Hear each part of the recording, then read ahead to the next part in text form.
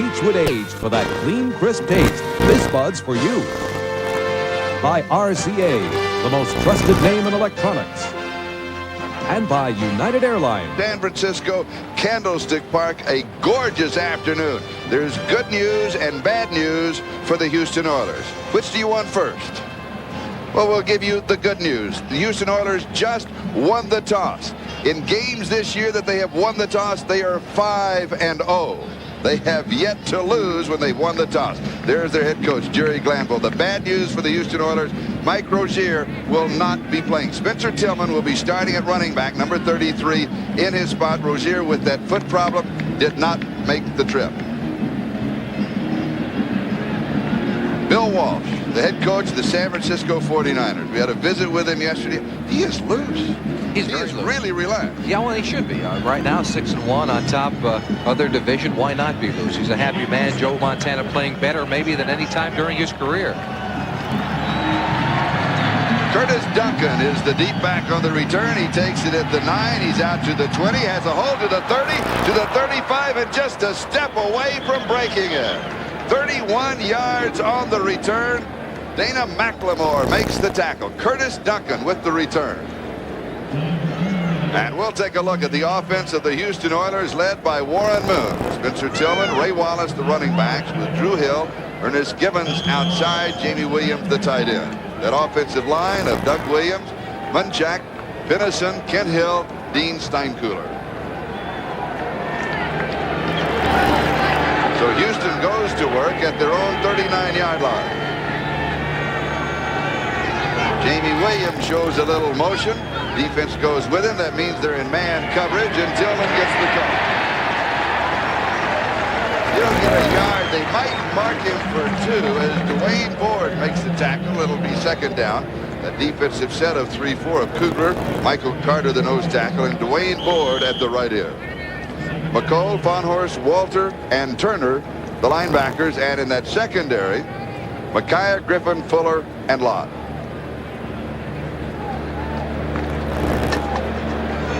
And we'd like to welcome those of you who watched the San Diego Colt ball game. Chargers coming from behind to win that one 16-13. And San Diego continues on the roll. Moon ball is tipped. It is incomplete. So it's going to be third down.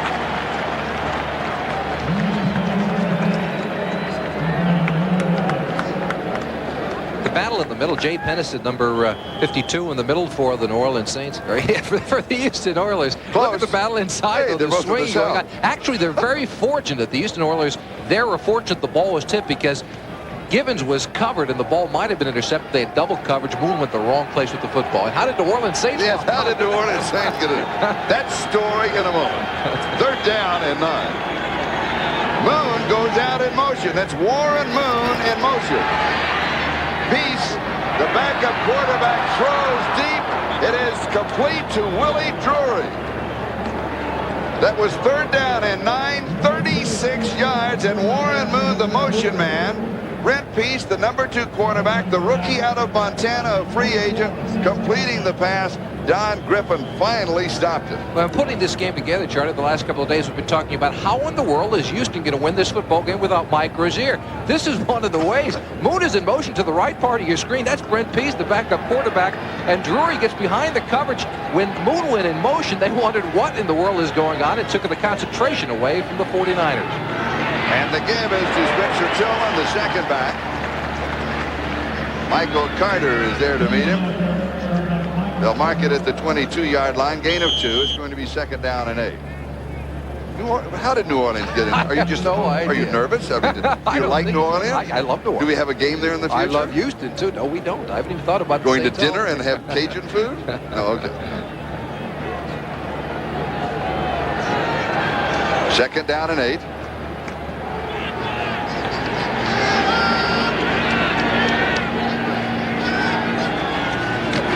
Moon, a quick setup now. He drops and rolls to the right. More dangerous when he's in motion. Pass is complete to Ray Wallace. And Wallace moves inside the 15, close to the first down. They'll mark it at about the 14 as Milt McCall and Jim Fonhorst make the tackle. That's something that Warren Moon and Joe Montana have in common. They're more dangerous out of the pocket.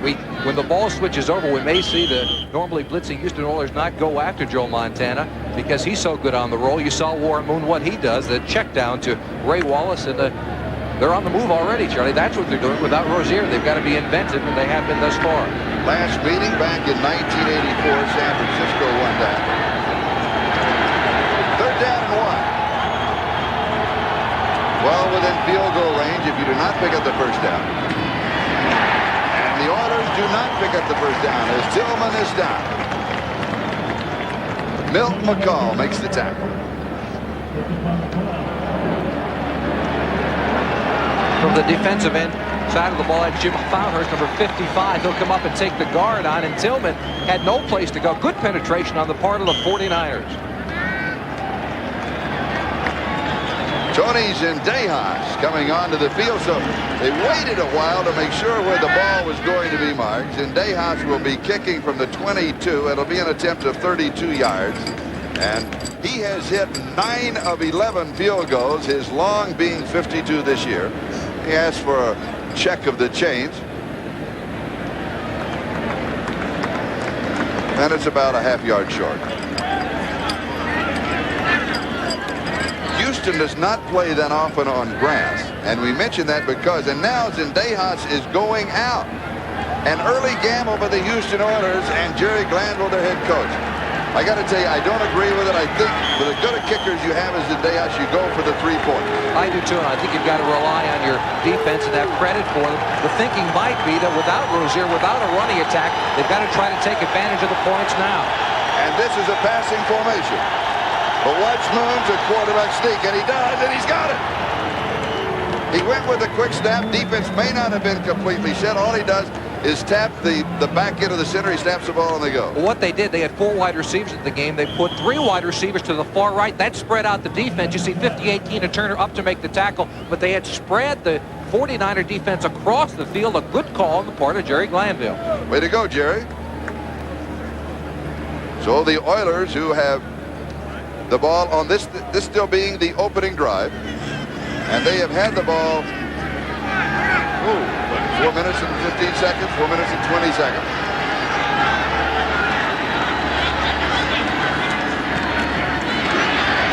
A blitz coming, Moon throws, and it is incomplete. So it'll be second down.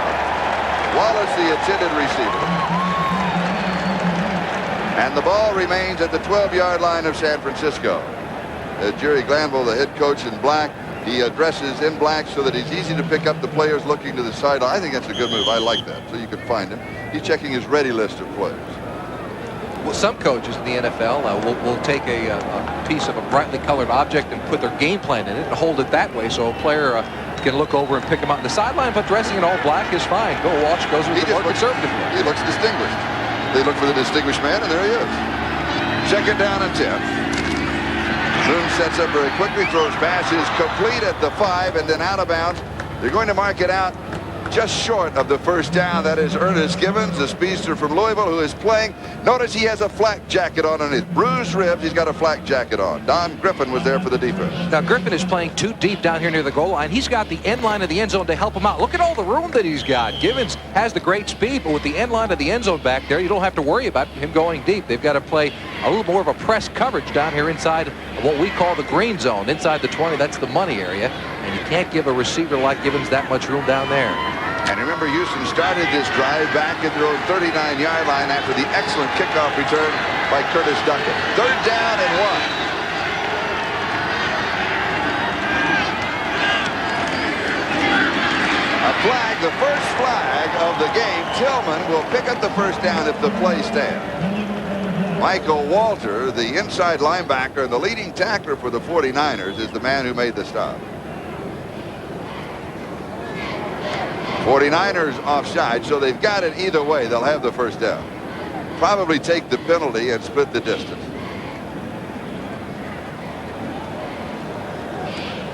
One of the things that Jerry Glanville said yesterday when we talked to him after their practice, they worked out here about 4 o'clock in the afternoon. Lined up in the neutral zone. Number 49 on the defense. Penalty is declined. First down. That's Jeff Fuller, who was lined up in the neutral zone. we asked Jerry, without Rozier, are you going to try and control the clock?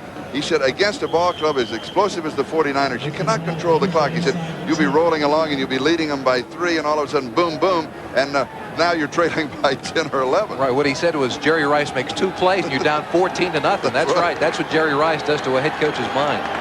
First down, goal to go. Play action, Moon throws. Incomplete. Jamie Williams trying to sell it to the officials. They won't buy it. 3 tight ends on that offensive set. Well, Ronnie Lott got fooled on this play. I think his job here is to cover Jamie Williams, number 87, but he sees the bootleg coming. He wants to go after him. That means that Jamie Williams is wide open in the corner of the end zone, but a good play recovering by Lott, because if he cannot cover the receiver, he does the next best thing, prevent the quarterback from throwing the football. Second down, goal to go. 2-yard line.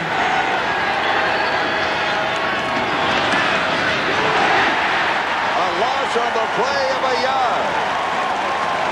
The ball carrier, Alonzo Highsmith. His first carry of the National Football League, the #1 draft choice. The 49ers have been strong inside the 5-yard line all year long. That time, once again, on his first carry in the NFL, it's Clyde Glover, number 93, making the tackle for the 49ers. So watch Michael Carter, the strong safety, or the nose tackle, a happy man with the visor down.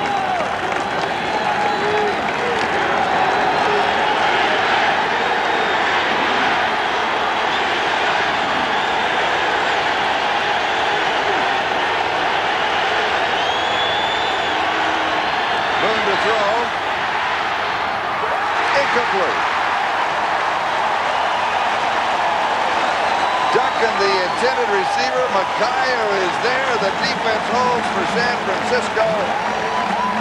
And Zendejas comes out now with just a chip shot field goal. Duncan beats McIver on this play, but he slips on the new sod that's covering the baseball portion of this field. He fell down initially, had to get back up the second time, and gave McIver enough time to recover and get to the football. Field goal attempt from the 10-yard line, an attempt of 20 yards. Johnson, the punter, holding, and we're going to have flags. Contact was made by the defense of San Francisco. They, of course, are going to claim that they were drawn offsides. Michael Carter came across. That offensive line from tackle to tackle, just as a reminder, once they go to a 3 or 4 point stance, they cannot move. If they move, then you can come across and make contact. If they don't move, you can't make the contact. Number 65 on the defense, still 4th down.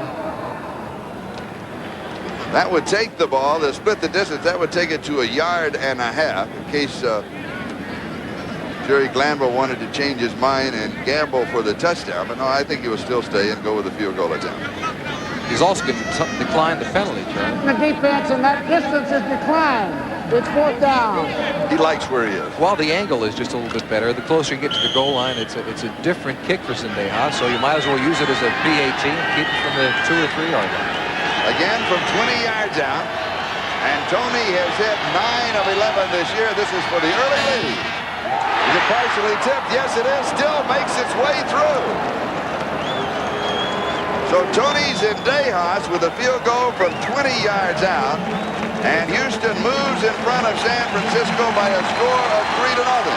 And we have 8:59. That is the time remaining in the first quarter. Let's see where the pressure comes from, Charlie. It's straight up the middle. That's Michael Carter, number 95, against the big paw. Yes, he does. Zendejas is fortunate. Gets through. He's a little low on the kick. With 8 minutes and 59 seconds left to go. Now, but during the baseball season, a lot of players will go to it to protect their eyes. Also, last week, Keena Turner, number 58 for the 49ers, he was kicked in the eye.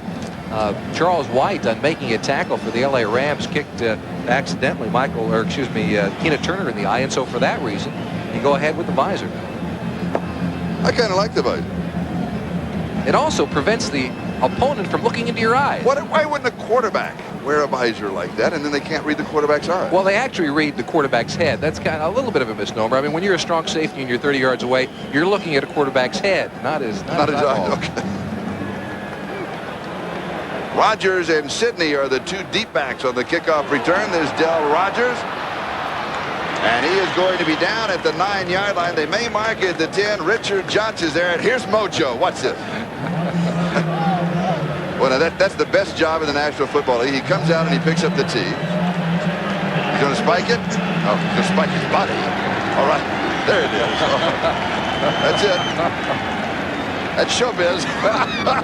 I wonder if the NFL will one day will adapt the Gastineau rule to include people who pick up tees from the sideline. Here's a look at the offense of the 49. We'll set that after this play. You just got to watch Mojo. I mean, it's part of the whole thing. Roger Craig gets the call. He'll pick up about 3. It's going to be 2nd down and 7 as Grimsley makes the tackle. Joe Montana, quarterback, with Roger Craig, the running back. Remember a week ago, moved from fullback to running back. Great ball game, over 100 yards. Tom Rathman is the fullback. Mike Wilson, Jerry Rice are the wide receivers. Russ Francis is the airplane flying tight end. That offensive line is Steve Wallace, Jesse Sapolu. Randy Cross, the guard, moves to center for Fred Quillen. Bruce Colley is the right guard, and Harris Barton is the right tackle. 2nd and 7, the ball at the 13-yard line. San Francisco in their own territory. First opportunity on offense. Montana moving everybody around. And he throws, and we're going to have a flag. They're going to call pass interference. It'll be on Patrick Allen. Jerry Rice, the intended receiver, and Allen made contact before the ball got there. A very tenacious Houston Oilers defense. They'll hit you. Interference. Number 29 on the defense. First down. So first down at the spot of the foul as we take a look at it. And there's very little question about this. Watch how all of the officials get involved on this call. Watch how many flags fly through the air. Absolutely no question at all. Allen got there just a step too quickly on Jerry Rice. 3 flags fly in. And the 49ers have a first down. And the 10-yard penalty. The ball at the 23-yard line. Francis in motion. Little play action fake by Montana. Far side. Rice has it out of bounds. He is out at the 35-yard line. A gain of 12 and the first down as Montana is on the move. Let's look at the defense that he's going against. Childress, Smith, and Bird, with Lyles, Grimsley, Al Smith, Johnny Meads as your linebackers. Brown, Allen, Bostic, and Donaldson in the secondary.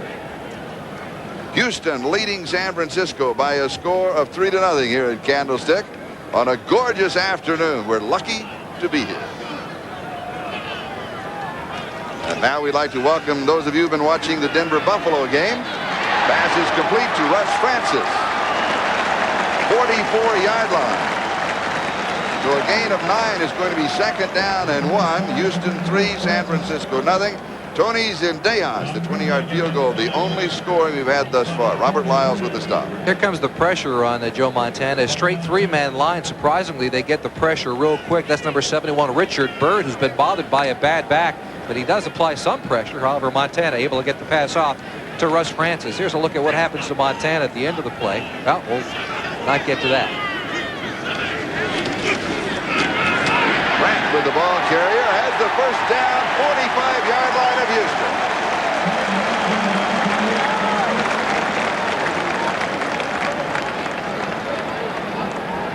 Tom Rathman moves into the starting fullback position because Roger Craig playing halfback, but nice blocking on the part of that restructured offensive line. Number 74, Steve Wallace, bearing his defensive back.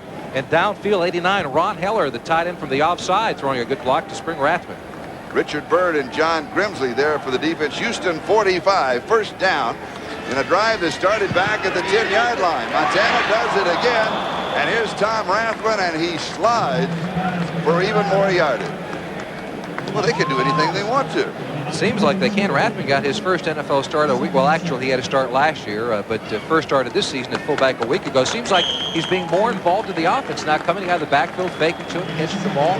The final in the Buffalo-Denver game. Buffalo upsetting Denver 21-14. Here the score, Houston 3, San Francisco nothing. 2nd down and 7. Jerry Rice going in motion. Nobody goes with him. He's looking at a zone defense. Pass is complete at the 37-yard line. It is Dwight Clark. He makes the reception. Dwight, of course, with those 3 knee operations during the offseason, going without a huddle. This may be his last year. One of the greats of the National Football League. Without a huddle to keep the nickel package for the Oilers off the field. Montana fires on target. 26-yard line, first down. Montana, mini field last week. That was to Russ Francis. Mini field last week. Best game he's ever had. He was throwing so well. He comes out today throwing just as well as he did last week. Well, he's on a better pace than he was in 1981 or 1984, the years in which Bill Walsh and the San Francisco 49ers go to the Super Bowl. Montana, 5 of 5, 38 yards. He's got a perfect afternoon going. Tom Rathman, the ball carrier, as we welcome those who've been watching the Raiders-Minnesota game. Minnesota winning that one 31-20. Here it's Houston 3, San Francisco nothing, with 5.5 minutes left to go. We're in the first quarter at Candlestick Park. The Oilers taking the opening drive 58 yards in 14 plays, setting up the 20-yard field goal by Tony Zendejas. Second down and 7. Montana, a little swing right flat. That's Roger Craig. 3 yards to the 21, so it's going to be third down and 4. Steve Brown with the tackle. Let's check the 10-minute ticker and the scores as San Diego defeated Indianapolis in a close one. Fourth quarter, Chicago. Oh, Green Bay's making it tough. Buffalo upsetting Denver 21-14. The Raiders, they lose to Minnesota. Washington leading Philadelphia in a close one in the fourth. Pittsburgh just edging Kansas City by 17-16. Cleveland big fourth quarter over Atlanta 35-3. And Tampa Bay losing to St. Louis. St. Louis winning finally. They've had a roller coaster season. Montana setting it very quickly and throwing. And again, it is Russ Francis who makes the tackle. Bostic brings him down.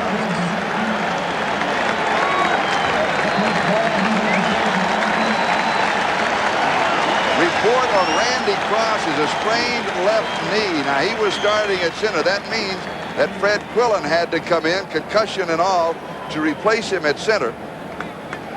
Montana will come back to this play often. Now there's the catch, but look downfield to the right, just out of your screen. You can't see from there, but Jerry Rice has got man-to-man coverage down there. That's something the Houston Oilers do not want to happen again. It's something Joe Montana hopes he gets all afternoon long. Here's Roger Craig, a little head fake inside, slips as he tries to make his move back inside, dives to the 9-yard line. I'd like to welcome those of you watching the Pittsburgh-Kansas City game. The Steelers won it by 17-16, and we'll take a look at the replay here. Russ Francis, 3 receptions, 22 yards.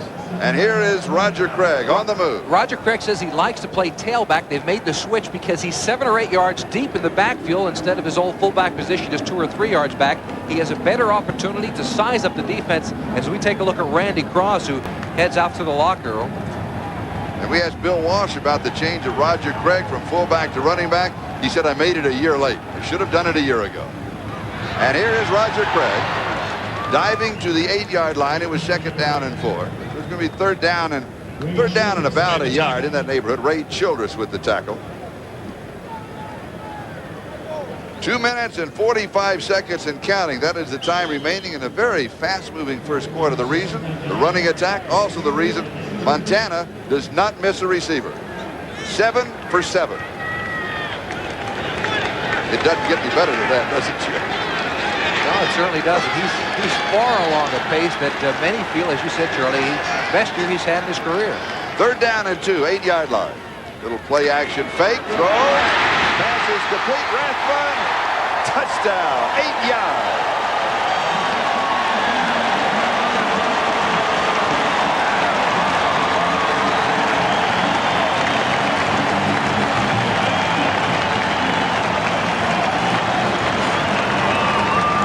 Montana on the drive, 8 of 8 for 54 of the 90 yards. And Roger Craig makes the play. The play action fake to him is what sized up Rathman in the corner of the end zone. A nice catch for the fullback. But look at the block by Craig, giving Montana just enough time because the big hit coming in put him on his back late. For Tom Rathman, that is his second reception of the drive. We mentioned that because last week against the Rams on his first carry, he scored a touchdown. Extra point by Ray Wersching is good. San Francisco leading Houston 7-3 back to the kickoff. Back in 1984. And this kickoff is sponsored by Budweiser, the king of beers. Ray Wersching kicking off with Curtis Duncan, the deep back on the return from the 7-yard line. Out to the 15, the 20. He's got another good return going for him. Looking good. Curtis Duncan, the rookie taken in the 10th round of the draft. We've got a timeout. We'll be back in a moment. 49ers lead it 7-3. You'd enjoy your pretty face. No. These are T-shirts, Gutbuster T-shirts and Hammer T-shirts that Bill Walsh, the head coach of the 49ers, gives out at Saturday practice to special teams player. And Harry Sidney has 5 of them, 3 hammers and 2 Gutbusters. The hammers are for the hit of the special teams. The Gutbusters, just strong special teams play. He's very proud of those. Are good-looking T-shirts. Well, that's how you make a football team. If you're not a starter in this league, you'd better be a very good backup position player and also a good special team. That's how you stay around. All right, Houston trailing 7-3. Oilers from their own 35-yard line, first down. Again, if you joined us late, Rozier is not playing for the Oilers as Moon goes deep. It is intercepted by Don Griffin. They're going to blow the play dead back at the 24-yard line. Gibbons, the intended receiver, and Griffin picks it off. Moon had exactly what he wanted on the play. He had man-to-man down the sideline. Ernest Gibbons against Don Griffin, but he underthrows the football. A great play on the part of Griffin, going up to take it away because Ernest Gibbons is one of the best leapers in the entire NFL. You kind of think about him as one of the guys going to take it away. To only his 7th interception of the season. He's trying to push it a little further downfield. He knew right away that he underthrew that football. What does the quarterback then say to the wide receiver when they go to the sideline? Does he say... if they're honest, they say, I blew it. Because the receiver always goes back and says, I was wide open. Yeah. That's just the nature of being a wideout. All right. In the opening drive of the 49ers, Joe Montana took San Francisco 90 yards in 13 plays, 54 yards through the air. He had 8 of 8 passes, and he spread it around. 3 to the tight end, Russ Francis. 1 to the wide receiver, Jerry Rice. 2 to running back, Roger Craig. And 2 to the fullback, Tom Rathman, the last one scoring the touchdown. The receivers like that when he spreads it around. First down, San Francisco at their own 25-yard line. Montana with a hot hand, and he goes deep. It sails on him, and it is incomplete. It took off. Bostic for the defense. Rice, the intended receiver. Now let's go to Bob Costas. Charlie, what a game in St. Louis. Down 28-3. The Cardinals scored 28 points in the fourth quarter, take the lead, and then Donald Iguabuike's attempted field goal of 53 yards as time runs out hits the crossbar, and the Cardinals, with 4 fourth-quarter touchdowns, win it, 31-28. Thank you, Bob. The Cardinals have been struggling. And we've had a lot of incredible comebacks since the strike has been over, and we've got a couple of teams who have done it on the field here this afternoon. Second down. As Ron Hiller, the tight end, moves in, the double tight end set. Down the sideline, Jerry Rice. Jerry Rice stepped out of bounds on the far sideline, so the play will not count, but there's also a penalty flag down on the play.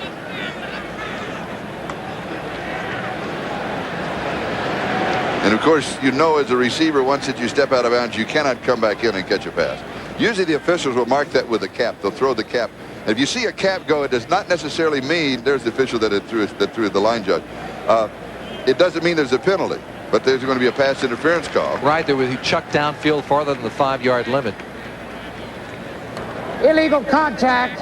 Number 24 on the defense. The pass was called out of bounds and incomplete.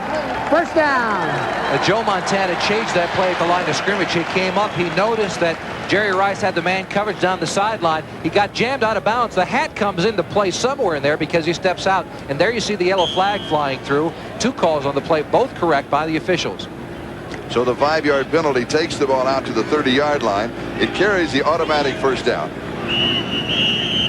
And Houston waiting the last moment to make their substitutions. And we're going to have another conference. Russ Francis and Ron Hill are the two tight ends for the 49ers. And an official has been called to the far side. No, two officials are over there talking, as the back judge, Roy Clemmer, has gone over.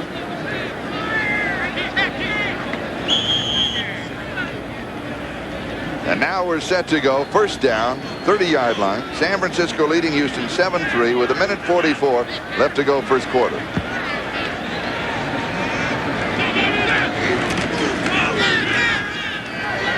Great fake, going deep, all alone is Jerry Rice. Montana missed it. He was wide open. He missed him by a step. What a fake, though. That's what set it all up. That's exactly what set it up. He drew the linebackers in, leaving the area behind the backers open. Russ Francis is even open going across the field, but Jerry Rice wide open. Joe Montana led him too far across the field to the right.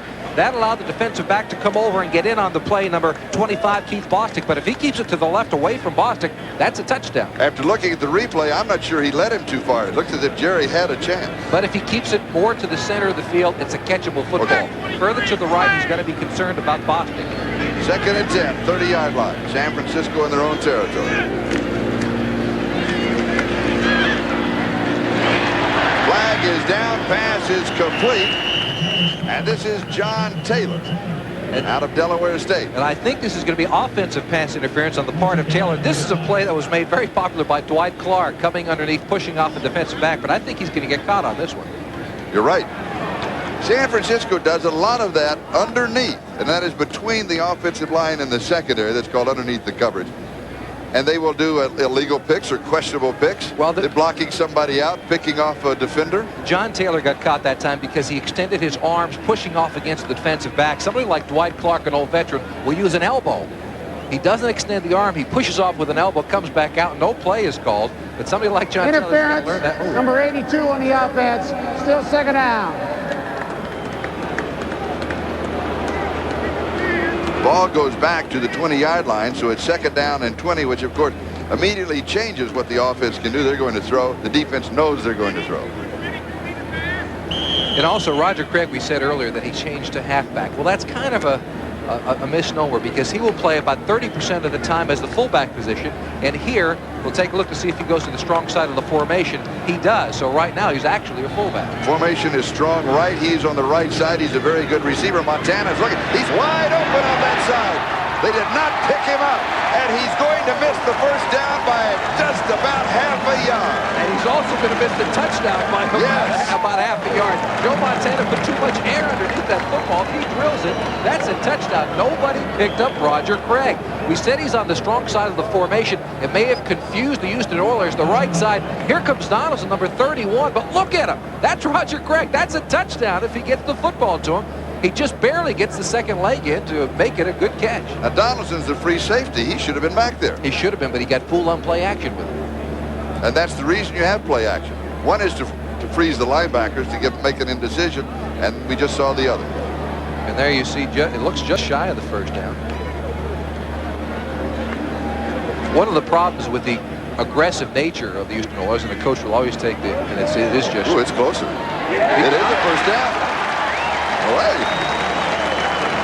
Well, when you have an overly aggressive defense, Jerry Glanville will always take the aggressive side because he likes that as a defensive coach, but play action works against those people. 10-minute ticker. San Diego defeating Indianapolis. Chicago over Green Bay. Those are all finals in the early going. Buffalo upsetting Denver. Minnesota down to Raiders. Raiders really struggling. Philadelphia over Washington, 31-27. Pittsburgh by 1 over Kansas City.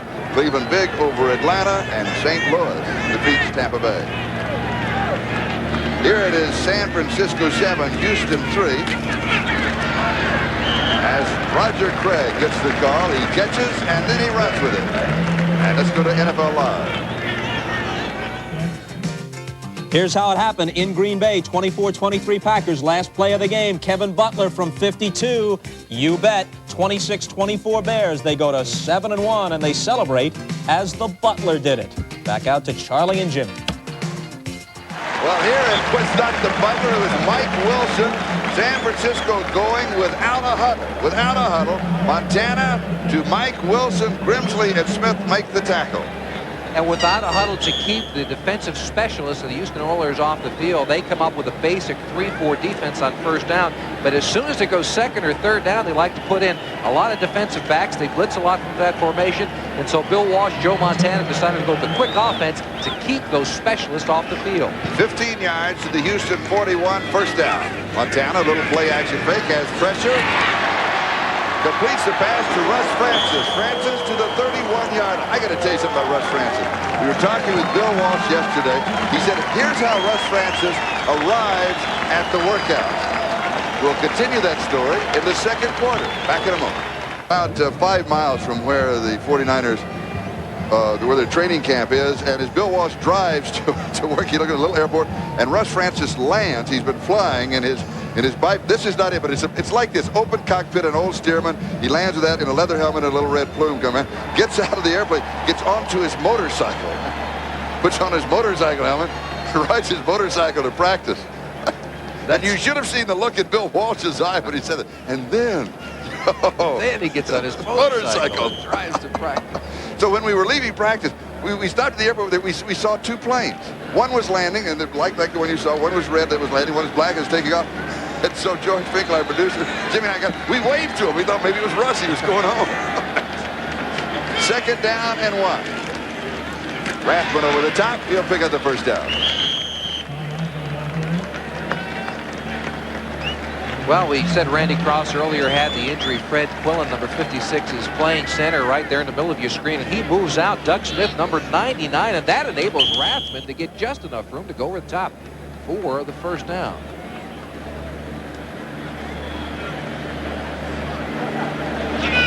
First quarter statistics, 49ers on both sides, 129 total yards to 58. And that opening drive was a 58-yard opening drive of Houston. Their second possession, the first play was intercepted. Montana rolling right. He's being chased, buying some time. Dangerous on the run. He's throwing it away. He was then beginning to run out of time and to run out of real estate, and he was just dumping it off.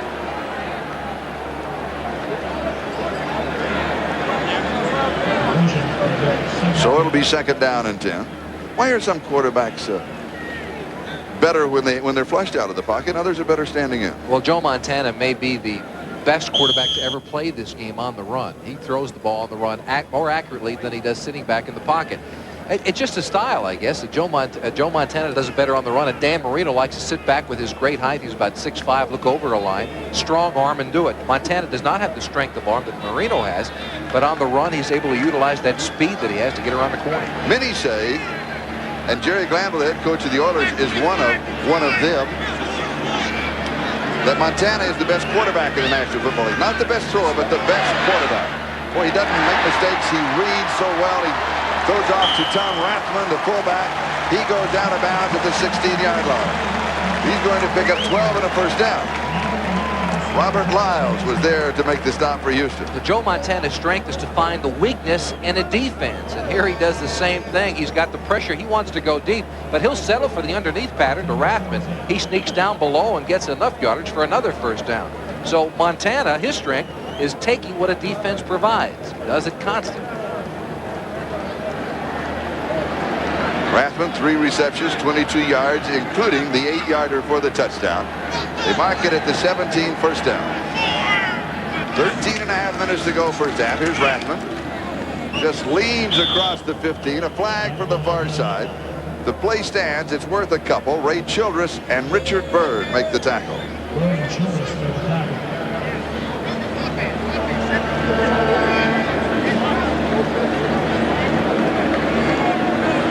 A reminder to our viewers that we will be selecting the Budweiser Most Valuable Player for today's game at the conclusion of the game. The legal procedure of the call against the 49ers. Sometimes this can come from an incorrect formation, an illegal formation. There's a gain of a couple. It would be 2nd and 8. Or illegal formation. Yes. Number 74 not lined up on the line. Still first down. That's Steve Wallace, who is an offensive tackle in his 2nd year. Very aggressive for a tackle, particularly playing on the backside. That is the left side behind the quarterback, because that's where you want to be solid and make sure that a defender does not come through to the backside of the quarterback. Right. The book on Wallace is that he has turned out to be a fine pass blocker, something surprisingly so for the 49ers. 1st and 15 at the 22-yard line. And here's Rathman to the 18-yard line. So he has 4. It's going to be 2nd down and 11 as Robert Lyles makes the tackle. And I'm surprised by the number of times that Tom Rathman's number is being called. A week ago, Roger Craig carried the ball 23 times for 104 yards against the Rams. The first time he went over the 100-yard mark for the season. And Bill Walsh has said, as you take a look, that's Steve Young on the left. He is signaling the plays into Joe Montana. But they wanted to establish a running attack, and Rathman seems to be taking a lot of the ball this afternoon. 2nd and 11 at the 18-yard line. This is a passing formation. Montana keeps both backs into block. They have nobody to pick up. They didn't go into the pattern. Montana runs out of time. And Jesse Baker got it. That is the first sack for the Houston Oilers, and they're 21st on the year. Here's a look at the pressure. Jesse Baker coming from his defensive end position. This is the nickel package we talked to before. They put Baker in because he's a designated pass rusher, and with his zone coverage behind it, he gets to Montana for the first sack of the afternoon. Loss of 9 back to the 27, so it's 3rd down and 19. The nickel package, of course, stands for the 5th defensive back, 4 in the normal set. Add another one, it's 5. Then it's the dime package, it's 6. The quarter package is 7. It's all terminology. Oh, it's the NFL stands for. When I started, it seemed logical. As pressure swings it off, Rathman drops the ball. Oh. Kenny Johnson was in the neighborhood, but Rathman was around him and gone. And Rathman might have gotten into the end zone if he catches his football, but on the other side, Kenny Johnson was just 1 step away from picking it off and going the other way for a score for the Oilers. So it's 4th down and 19 at the 27-yard line. A field goal attempt would be 45 yards. And that's what it'll be. Montana to hold. No, it'll be at the 34. So it'll be a 44-yard attempt for Ray Wershing, who has hit from 43 yards this year. Will it make it? No. Going to miss it to the left side from 44 yards out, and we'll take a timeout. San Francisco leads 7-3. Back in a moment with 5. And Wershing now only needs 7 points to grab 10th place on the all-time NFL list for scoring. He'll surpass Gary Premium with that. George Bland, of course, on top with just over 2,000 points. Houston with the ball. Now the 49ers have had the ball 26 of the last 27 plays. Houston had it only 1 on that interception that moved through. This time it's a completion to Ernest Givens from the 27 out to about the 34-yard line, where Tim McKyer makes the tackle. Let's check the scores on the 10-minute ticker.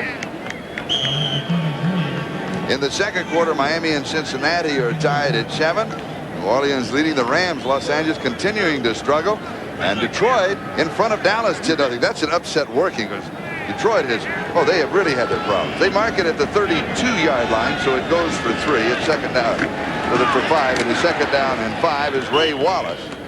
Carries and leans just across the 35-yard line. It's going to be 3rd down and still a couple to go for the first down. Michael Carter, the nose tackle, is the man who brought him down. And the Oilers like to establish a running game. That's what Jerry Glanville likes to do. Most defensive coaches think a running attack will provide the defense a little bit more rest on the afternoon. There's no exception. But without Mike Rozier, they've been forced to use Ray Wallace and Spencer Tillman when they have had the football. But as you mentioned, Charlie, they've not had time to try to establish a running game. Warren Moon has completed 3 of 8 for 21 yards. He's got 4 wide receivers here on 3rd down and 2. And he hands off to Andrew Jackson. Kugler with the tackle.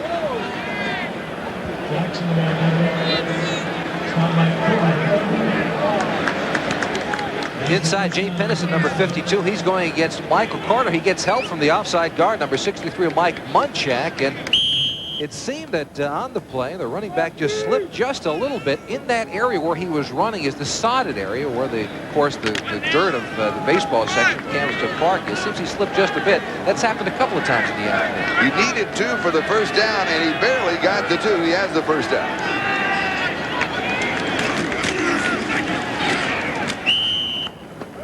Ray Wallace goes to the 40. That's a gain of 3.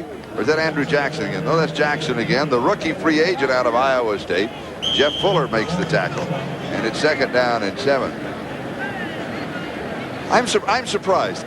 Without Mike Rozier, we found out yesterday afternoon when we talked about it last night. I thought we'd see more of this man, Alonzo Highsmith, who is their only healthy back. Everybody else is banged up. And also, I thought simply that we would see Moon throwing. They'd go to 4 wide receivers and stay with him. But they're not doing that. Well, the problem with Alonzo Highsmith, he's not had real contact since the Fiesta Bowl of last year. Today's his first live action. Moon with pressure, a wobbly pass hits the umpire. That's Jim Fonhorst saying, I had it. I had the interception right in my hands. And it hit Al Conway. And Fonhorst is more upset than the receiver because he did. He had an opportunity. Oh, yeah. Now, did Moon try to hit the official? I don't think so. A lot of pressure coming from the offside. Larry Roberts, number 9, out there. But there's the official saying, hey, wait a minute. Get out of the way, guy. Now, we're going to see this again. You're going to see that's what Moon takes.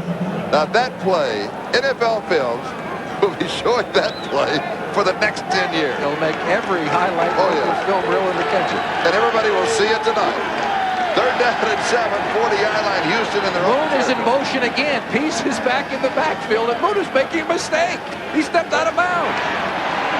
Peace carries, and he's going to pick up the 1st down. They did it one more time. Brent Peace lined up back there. Moon went in motion, and I guess it was a preordained play where Peace was going to run with the football, but Moon coming straight at you. He runs too far. He goes out of bounds. Well, he knew he wasn't going to throw it. Well, I guess so. But that's kind of a giveaway. NFL Films will be showing, of course, locally tonight, you'll be seeing this. We're going back a couple of plays. But he takes it. Look at Al. Al, get out of the way. Al.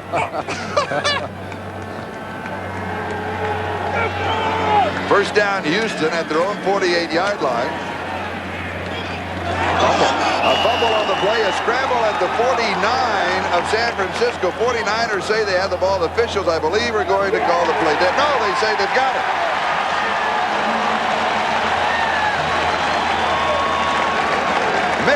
Doug Mikolas recovers the fumble.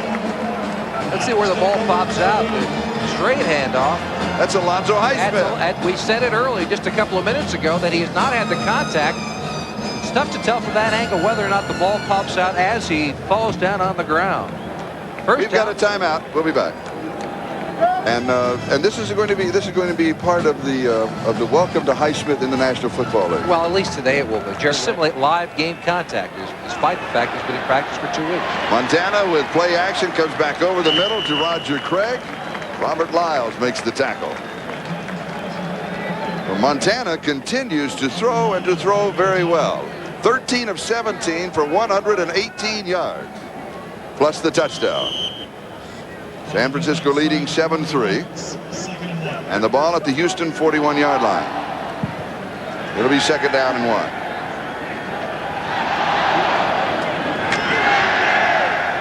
Heller and Francis, a double tight end on the set for San Francisco. Jerry Rice is wide to the near side. And Rathman gets the call. And he has a couple of yards to the 39. He'll pick up the 1st down. Ray Childress makes the tackle as we check the 10-minute ticker. In the 2nd quarter, Miami and Cincinnati remain tied. New Orleans still in front of the Rams, 17-0. Detroit still in front of Dallas. So there are 4 games now going on those 3, plus ours, and they are what we call the late games, or the West Coast games. They start at 4 o'clock New York time. And here at San Francisco 7 and Houston 3. And here we have 6 minutes and 55 seconds left in the first half. Here's Rathman, a good move. Again, picks up a screen block from the umpire, Al Conway. He's not having a good game. A run of 13 yards and the 1st down. Bostic and Richard Johnson with the tackle. And Rathman is running behind a makeshift offensive line that's had a share of problems in the middle. That's number 56, Fred Quintal, with a good seal block. And the trap going the other way by number 69, Bruce Cawley. That opens the big wide hole. And once again, the official is kind of in the way. But Rathman will run over anything, regardless of the color of jersey in front of him. There you see the quick trap block. Nice blocking on the part of the San Francisco 49er makeshift offensive line. Rathman 12 yards. He's got 39 yards on 6 carries. And here's Craig trying to jump to the outside, and he is shut down. A good defensive play by Ray Childress. The line of scrimmage was the 27. They'll lose a couple back to the 29. It's going to be 2nd down and 12. And with the absence of Mike Rozier, the great running back for the Houston Oilers, at home with that foot injury, I think that the defense is going to have to take up the slack. And it's going to be very difficult to do with as hot a hand as Montana has. And also, the Houston scheme of defense does not normally work well against the 49ers because, again, their scheme is to blitz the quarterback all out, run that 46 bear defense on occasion, but Montana loves that kind of blitz. 2nd and 12, 5 in the secondary. The running backs now split. And Montana, something happens. He doesn't like it. Makes no bones about it. Maybe he just upset it himself. The 30-second clock, yes, it ran out on him. That's what he is upset about. That'll cost him 5 yards. It's going to be 2nd and 17. I think he was also upset because he liked what he saw. Is that what it was? He came up and saw the kind of defense he had. I had him. Yeah. I had him where I wanted him. He's looking to the left, and he sees over here he's got 2 wide receivers on the left side, 3 defensive backs, but that's a mismatch. Anytime Jerry Rice is involved, he liked what he saw, but the 30-second clock runs out on him. He can't get the play off. 2nd and 17 at the Houston 34. 49ers lead at 7-3. We're moving on the 5-minute mark, time remaining first half.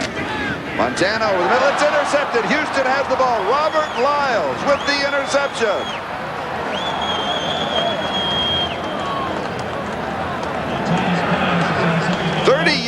On the return by Robert Lyles, his first interception of the year and the 14th of the season for Houston. And Lyles is the one who has to make this play. It's called a double zone. It's an open area in the middle of the field. Montana goes the right place, but it's Lyles who steps in front of Francis and makes the interception. We'll be back in a moment.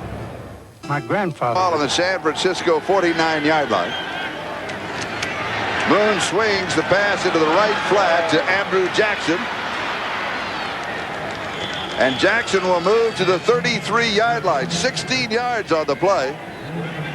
Gibbons with a block out in front. Dwayne Board makes the tackle. And that was Robert Lyles smiling. He had the interception just a moment ago. Jackson, number 39, the tailback. He's going to swing out to the right. And that's exactly where Warren Moon wanted to go with the ball. You notice Gibbons downfield, number 81, with a nice block against McIntyre to sprint Jackson down the sideline. That may be the biggest play of the afternoon, Joe.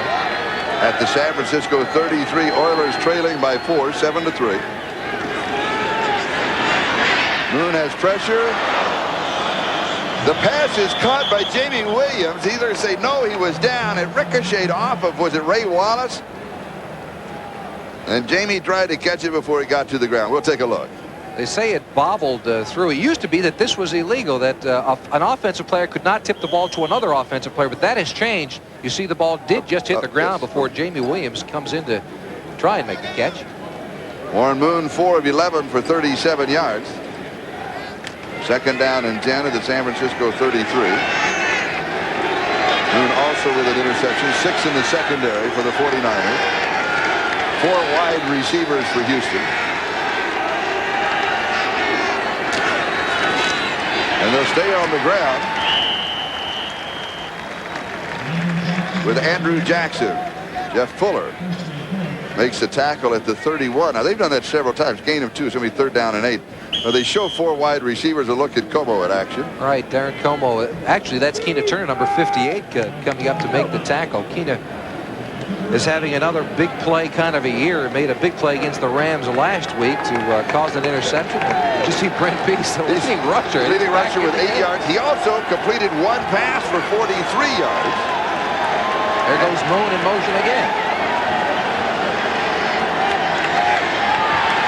Pease over the middle, and he throws a little behind Drew Hill. Hill was open, and Pease simply threw behind him. It'll be 4th down and 8. Tony Zendejas will come in. Now the line of scrimmage at 31. He'll be kicking from about the 38. It'll be an attempt of 48 yards. His long is 52, and that is this year. Started to mention this earlier in the first half. Kicking off of grass, though, and most of the year, about 85% of the time, the Oilers play on artificial surface, artificial turf. And it's different. It's easier to get it up off of artificial turf than off the grass. It's also the plant foot is the most important one for a kicker. His left foot planting on the turf is much more traction than the grass. A flag is down. It makes it just through the corner of the upright, but there was a marker at the 31-yard line. San Francisco is offsides. Now, it was 4th down and 8. An offside penalty would not give you the first down. They will take the field goal. You'll take, you don't erase the 3 points. You never erase the 3 points, even if it was a first down. Offside, right side of the defensive line. That penalty is declined. Field goal. So Zendejas now from 20 yards out and 48 yards out with a perfect hole. And that is Lee Johnson, the holder. Billy Kidd, the snapper. It's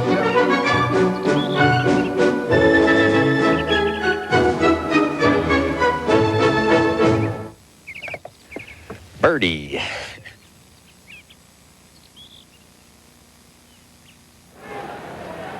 This is Charlie Jones and Jimmy Cefalo with 3:18. That is the time remaining in the first half. San Francisco and Montana to Tom Rathman touchdown pass. A pair of field goals for the Oilers for Tony Zendejas as he kicks off. And Del Rogers, 2 yards deep in the end zone, will return it out to the 10 and down at the 11-yard line. So he took the gamble 2 yards deep. It did not pay off. And it was Toby Caston. And here's Mojo again. Oh, he does get a workout. A little overweight. We need to put him on a weight program. That's a little bit of a different version of the spike and the flip. That's third in his portfolio. He's got about 10 of those. Be sure to join us at halftime for NFL Live. Bob, Ahmad, Paul, and Frank will all be there. Updating of all of the games and the highlights from around the National Football League. San Francisco, first down at their own 10-yard line. Their opening drive went 90 yards in 13 plays. Started from the same spot, but opposite direction. It was in the first quarter. Here's Roger Craig. Craig will lean out to the 14-yard line where he's covered by Childress and Charles Martin, formerly of the Green Bay Packers. You'll recall that name. 2nd and 6. Second quarter, Miami, Cincinnati still tied. New Orleans still leading 17-0, and Dallas is on the board. They pull within 3 of Detroit in the second quarter. Very quickly, the 49ers have hurry-up offense. Montana says he'll call 2 in the huddle. Here's Russ Francis out to the 20. There was a fumble. Houston says they have it. The officials say they do. Now, as you know, the ground cannot cause a fumble. But if the ball pops loose before the player is down, then it is a fumble. Donaldson comes up with a fumble recovery. And this is in the purview of the replay officials.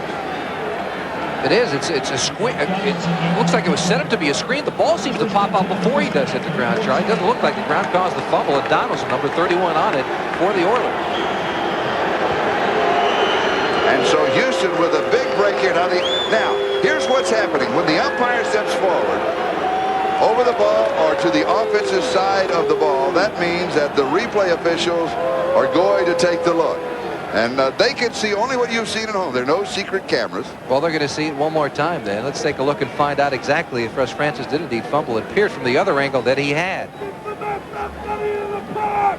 There's the hit by Grimsley, number 59. And it does come out. That shows it clearly. The ball pops out as he's on his way down. Donaldson quick to recover and pick it up. Here's the first angle once again. Yeah, it's popping out.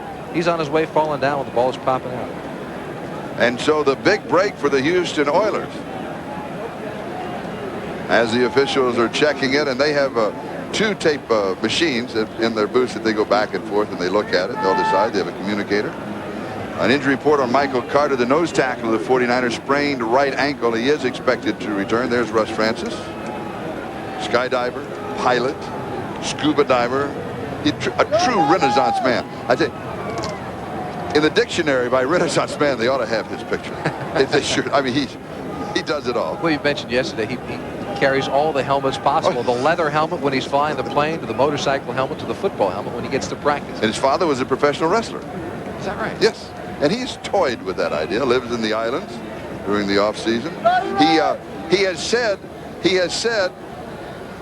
the report we have, Is it his knees Knees are hit? down. Maybe that's what they're going on. they may go back to that. So See, they're going to say the ball is down before he fumbled. Is that what we're hearing?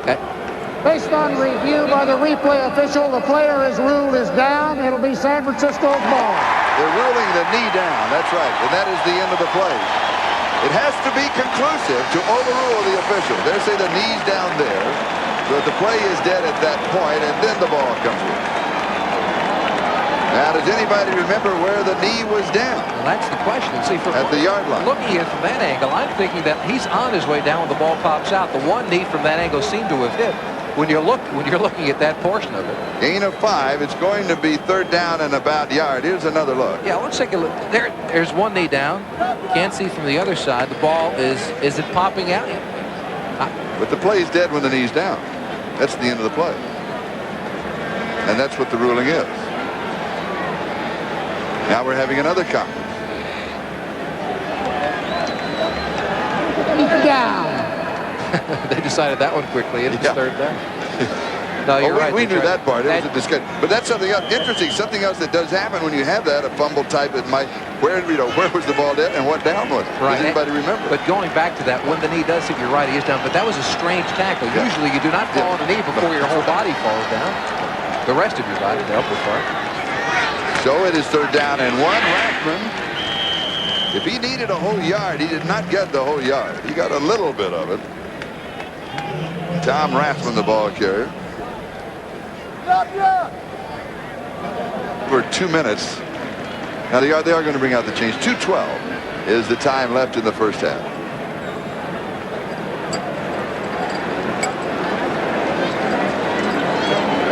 And it was, remember, 3rd down and 1.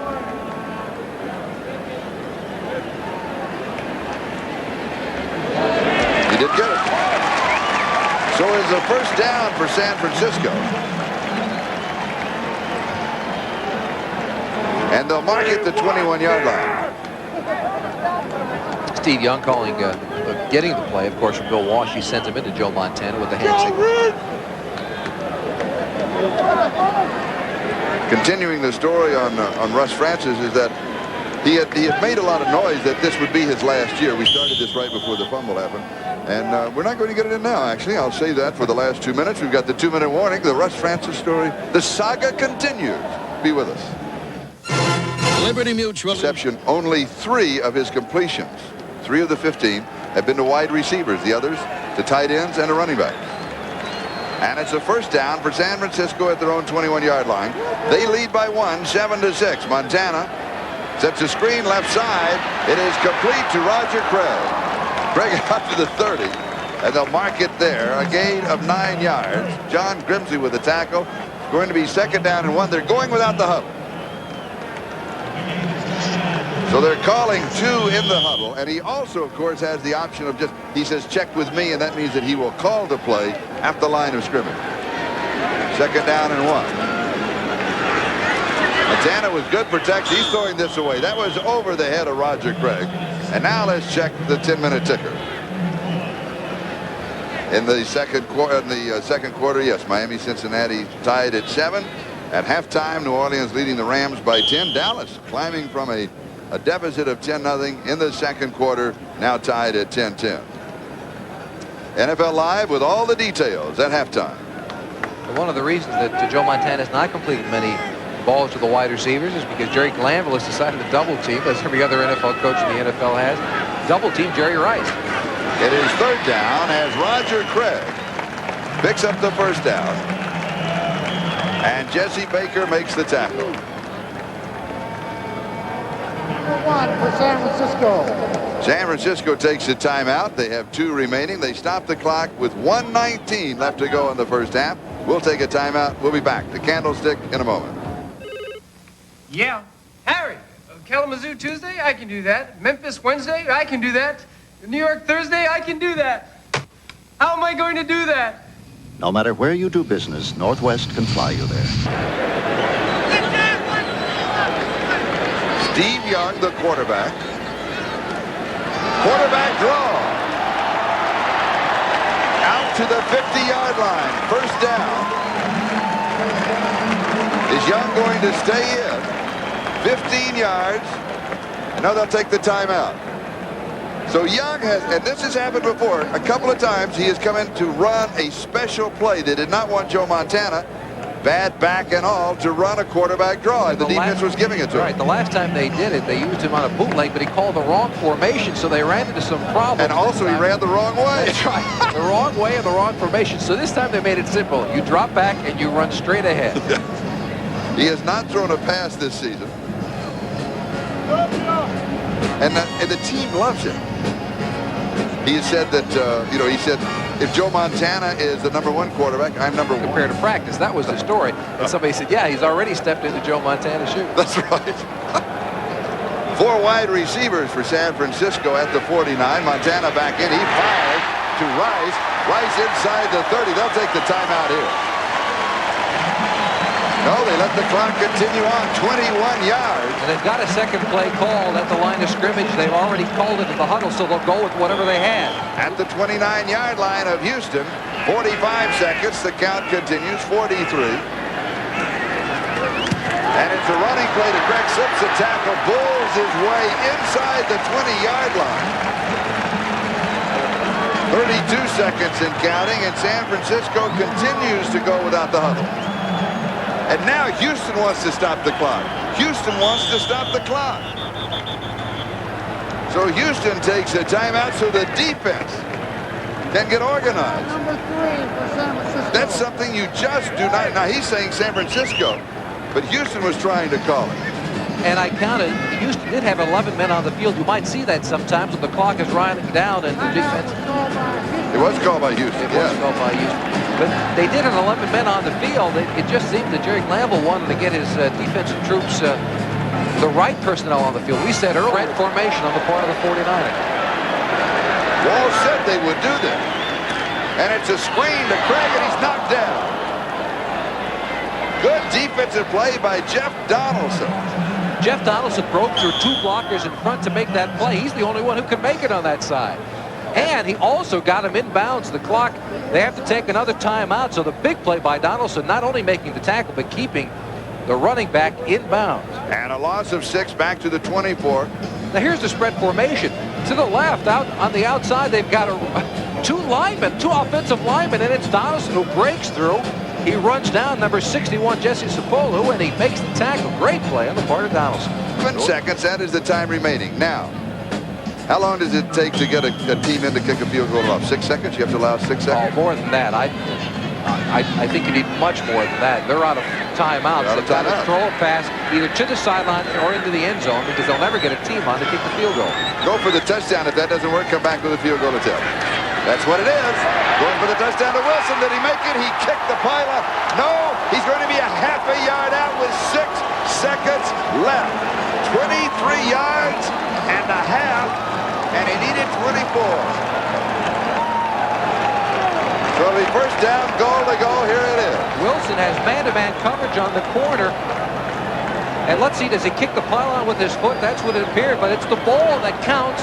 The ball is in his, well, you can't tell if it's his left arm or his right arm from that angle, but it is the football that counts, not whether he kicks the pylon or not. Now Montana will throw here. 6 seconds left. He can throw a couple of plays and still go with a field goal attempt.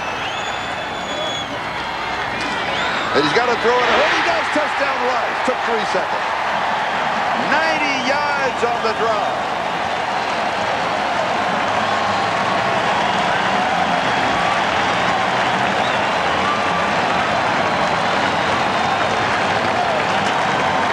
Montana has now thrown for 18 touchdowns on the year. Very little you can do about that with Jerry Rice just runs into the flat. A quick little pattern from the 1-yard line, and Jerry Glanville is not a happy camper. 90 yards on the drive in 12 plays with 3 seconds left in the first half. Here's Wersching with the extra point, and it is good. And the 49ers lead the Oilers 14-6 when it looked as if Houston was going to be able to go to the locker room without Bill Walsh smiling, trailing only by 1. Now they're down 14-6, and we'll have the kickoff in a moment. It seemed that I'm not sure if he was smiling because of the Jerry Rice touchdown or whether he was just kind of shading his eyes and it forced him to do a little bit of a grin. Oh, I think he's smiling. I think now is the time to smile. Jerry Rice, I think without question, the premier wide receiver in the NFL. He creates so many problems for a defense. They've got to always put 2 defensive backs on him. The Houston Oilers, for example, they like to go to that 46 defense, but in this instance, you've got to go man on man if you're down here on the goal line. Jerry Rice is a master of getting into the end zone.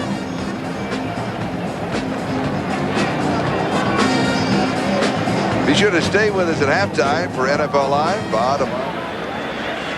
And you're forced in a situation where you end up just falling on the ball, and time runs out. The clock on that kickoff, by the way, since you're inside the 2 minutes of the first half, does not start until the ball has been touched by the receiving team. Then time runs out. And so, an interesting and innovative first half with the 49ers up. For a very young head coach most often, 32, 34-year-old head coach. For some reason, he was to bring enthusiasm to the organization and be able to communicate better. Of course, since that time, we found out things are much different. And so when you pass through those years, unless something happened to you, you might as well settle down to a longer haul, so to speak, as to becoming a head coach. And those jobs are few and far between. 1979, Walsh, fresh from a successful stint at Stanford, received his NFL head coaching shot. In 3 years, the 49ers went from 2-14 to Super Bowl champions. Walsh had emerged at the top of his profession. First time you picked up a paper and said, Bill Walsh is a genius. What do you think? You look in the mirror and straighten your tie a little bit, or what? No, I think I'd been around just long enough to know those labels are short-lived. And as soon as you begin to assume those kinds of things, you become foolhardy. And so, no, I think the biggest impact I've had on football, technically, was as an assistant coach with the Cincinnati Bengals. I think there was a time when we were the team in the forefront of offensive football. It's well known within the coaching fraternity that the Bills probably had one of the greatest impacts upon football, not only professional football, but collegiate and high school football of any coach in the last 30 or 40 years. Who would you play for today if you could come back? We could reenact this picture, an old number, was it 59? 54, I think it was, Bob. All right.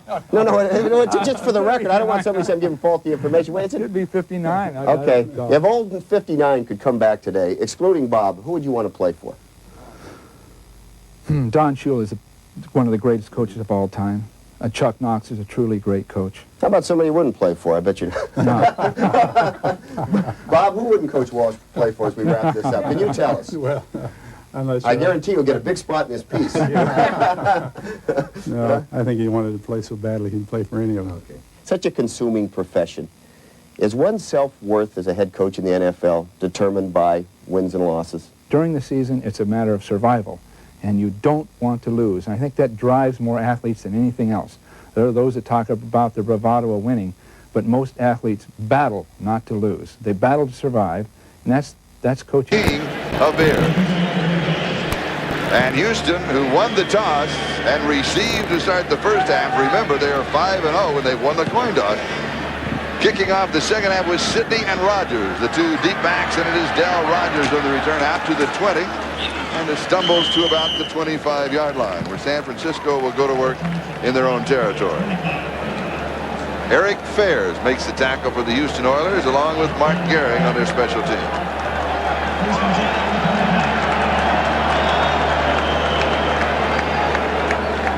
San Francisco leads as we start the second half 14-6. The reason we mention because Houston has continually come from behind this year in the fourth quarter. Jerry Glanville said, just stay close, we'll think of something. That's an old baseball term that Charlie Dressen used to say. But in a lot of ways, a reality. Jerry Rice going in motion. Montana comes out throwing. And the pass is complete to Dwight Clark. And for Clark, that is his second reception of the ball game. And we mention that because he has now only 14 on the year. They go without the huddle. The hurry-up offense there at the 31-yard line, gain of 6, second down and 4. This time it is Dwight Clark in motion, a zone defense. Nobody went with it. Juggled, and it is intercepted. Houston has the ball. The ball never touched the ground. It touched only players. And the Oilers have the football. Clark, the intended receiver, was it Keith Bostic who came up with it? Well, this is what Dwight Clark does best, and he has done it for years that way until the knee injury sidelined him. But Robert Lyles, the linebacker, number 93 for Houston, there in the center of your screen. The ball is dropped on the part of Clark. Now, where does it hit? Anybody? No, it hits a player, another player. It's on his back. That's on Lyles' back.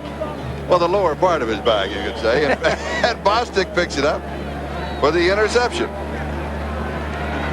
That will also make the highlight film for NFL. So the ball is at the 28-yard line of San Francisco. Houston with a big break, then they made the break themselves.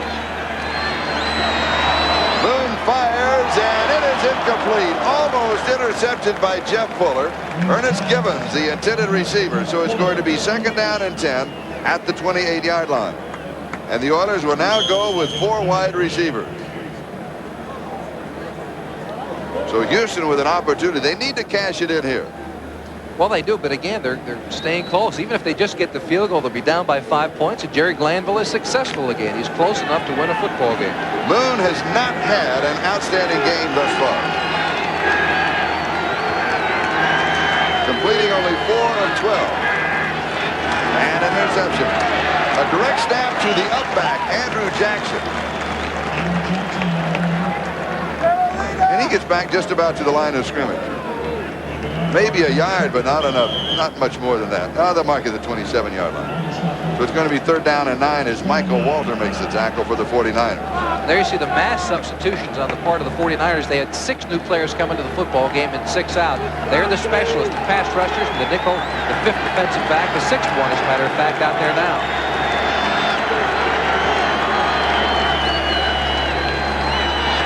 Four-man rush by San Francisco. Moon with time. Throws. Diving interception for the 49ers. Tim McKyer with the interception.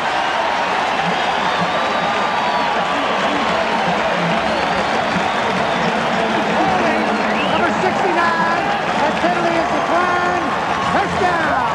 Holding on Doug Williams, the offensive tackle for the Oilers, of course, declined. 49ers have it. Here it is. Last year, Tim McKyer, number 22 for the 49ers, gave up 11 touchdown passes. This year, his techniques have improved greatly. What a great diving interception. He takes it away for the 49ers. They got 1st and 10. 1st and 6 with 13:25. That is the time remaining here in the 3rd quarter. San Francisco with the ball at their own 27-yard line following Tim McKyer's interception.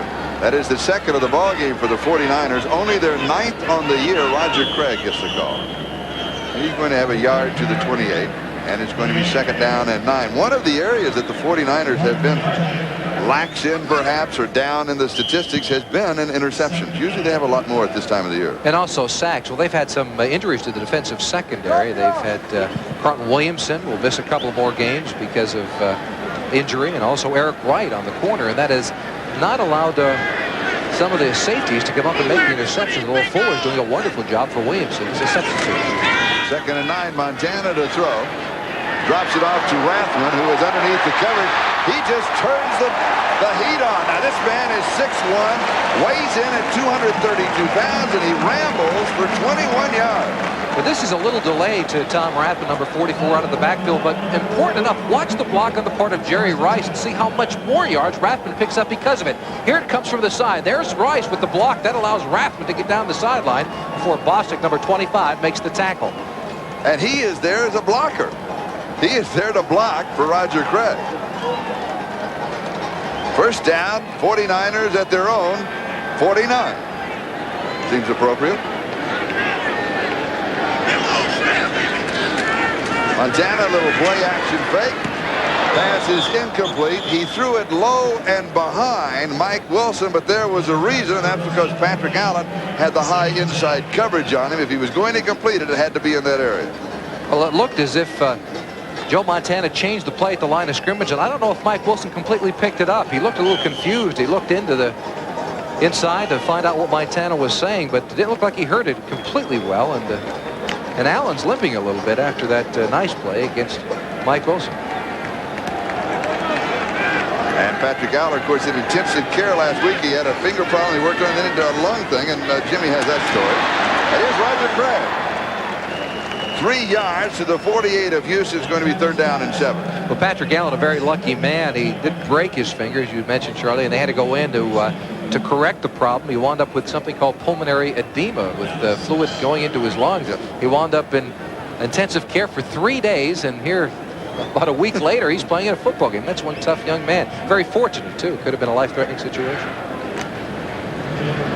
You saw it. We were talking about Tom Rathman a moment ago, the blocking back, number 44. Well, he's rushed for 40 yards, has 4 receptions for 43, so he had a total of 83 yards of the offense.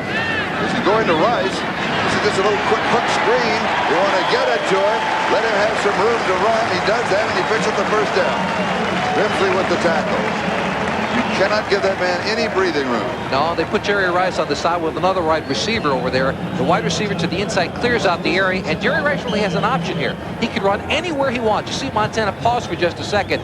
Rice finds the open area and stops, and he's got those moves. Big Bostic miss, and the rest of the Oilers have to come along and make the tackle. 49ers with 2 tight ends at the Houston 40-yard line, 1st down. 10.5 minutes to go, 3rd quarter, and 49ers lead 14-6. As Craig with a sweep to the left side goes to the 36-yard line. He has 4. It'll be 2nd down and 6 as Johnny Meads makes the tackle. Now, part of being an all-around wide receiver and an all-pro is blocking. And Jerry Rice, we know he can catch the football, do everything else. Let's see how he blocks. Seal block on the inside. Is it a lookout block or not? Well, it's kind of turn around and say, hey, Roger, look out, here they come. I didn't get him again.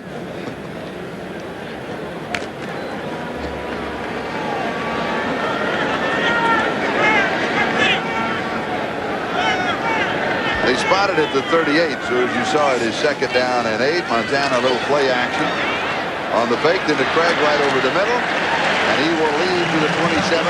They'll say 28, but he'll have the 1st down as Robert Lyles makes the tackle. Now here's where Jerry Glanville likes to blitz. It's inside the 30-yard line. The offense of the 49ers is moving. His past when he was with Atlanta as a defensive coordinator, and since he's been in Houston, has been to blitz and blitz and blitz. But he's got to hold back on it because of the talents of Joe Montana.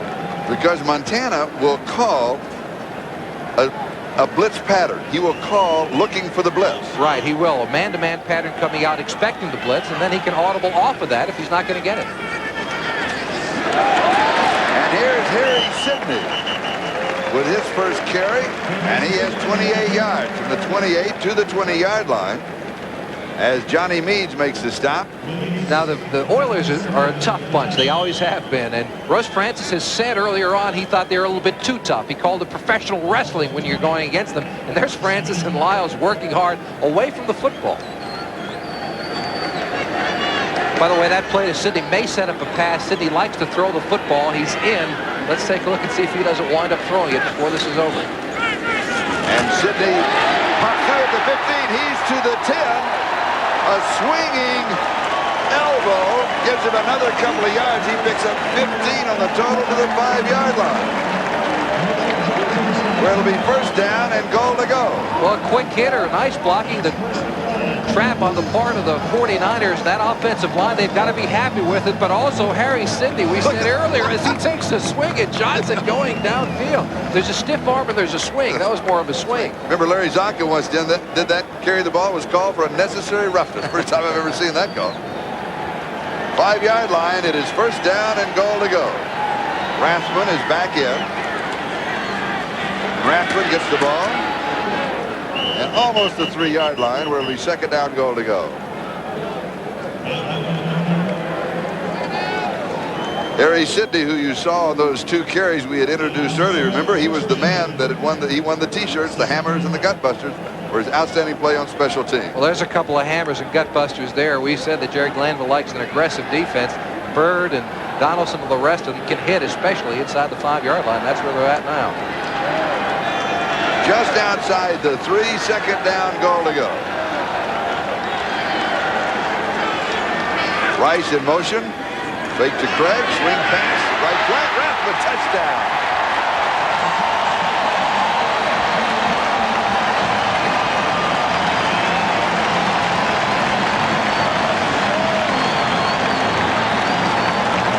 Tom Rathman scores his second touchdown of the ball game. And it's nearly a replay of the touchdown he scored to open the football game. Again, it's the play action fake to Craig, and Rothman sneaks out to the corner. No one is expecting him to be the receiver that he's turned out to be during this first half and now early in the third quarter.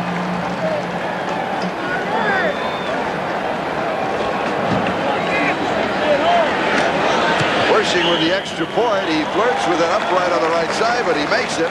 And it's San Francisco 21, the Houston Oilers 6 with 7:06. That is the time remaining. We're in the third quarter as Tom Rathman scores his third touchdown in the last two games.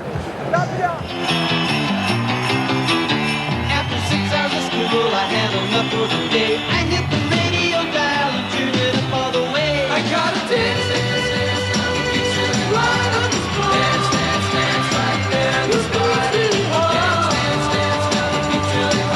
With the designed-in sound of a Delco Electronics music system, now the best seat in the house is in your GM car. Delco Electronics. It's who we are. 5 receptions, 46 yards, and 2 touchdowns, 8 carries for 42 yards. That's 88 yards of the offense. Roger Craig has 51 yards receiving, 32 yards rushing. He has 83 yards. And a pair of true all-purpose backs as Wersching kicks on. Duncan fields it on the 4-yard line. He's got a good move, 15. He's to the 20s. Excellent returns all day today. Be sure to join us next Sunday.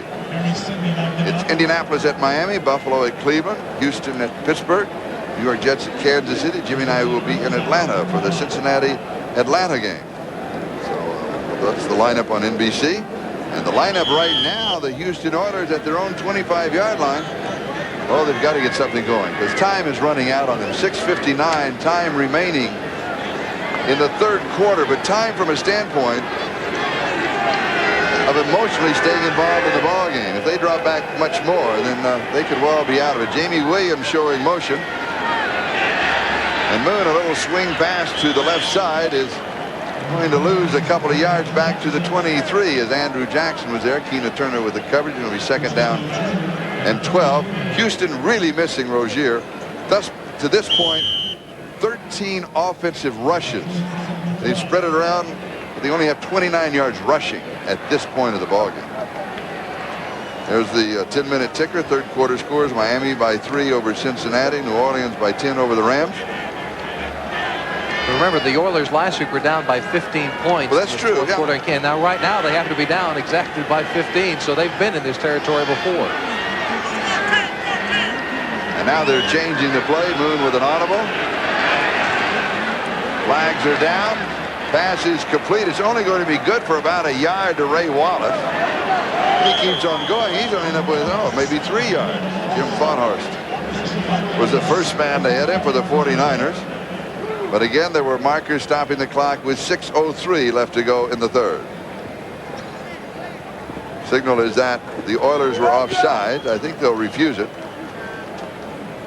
And it'll be third down and still about 9 yards to go. Well, Moon has completed 2 passes in this drive, in the beginning of a drive, I guess, but it's only for a few yards. Illegal motion, number 87 on the offense. That penalty is declined. It's third down. That's Jamie Williams, the tight end.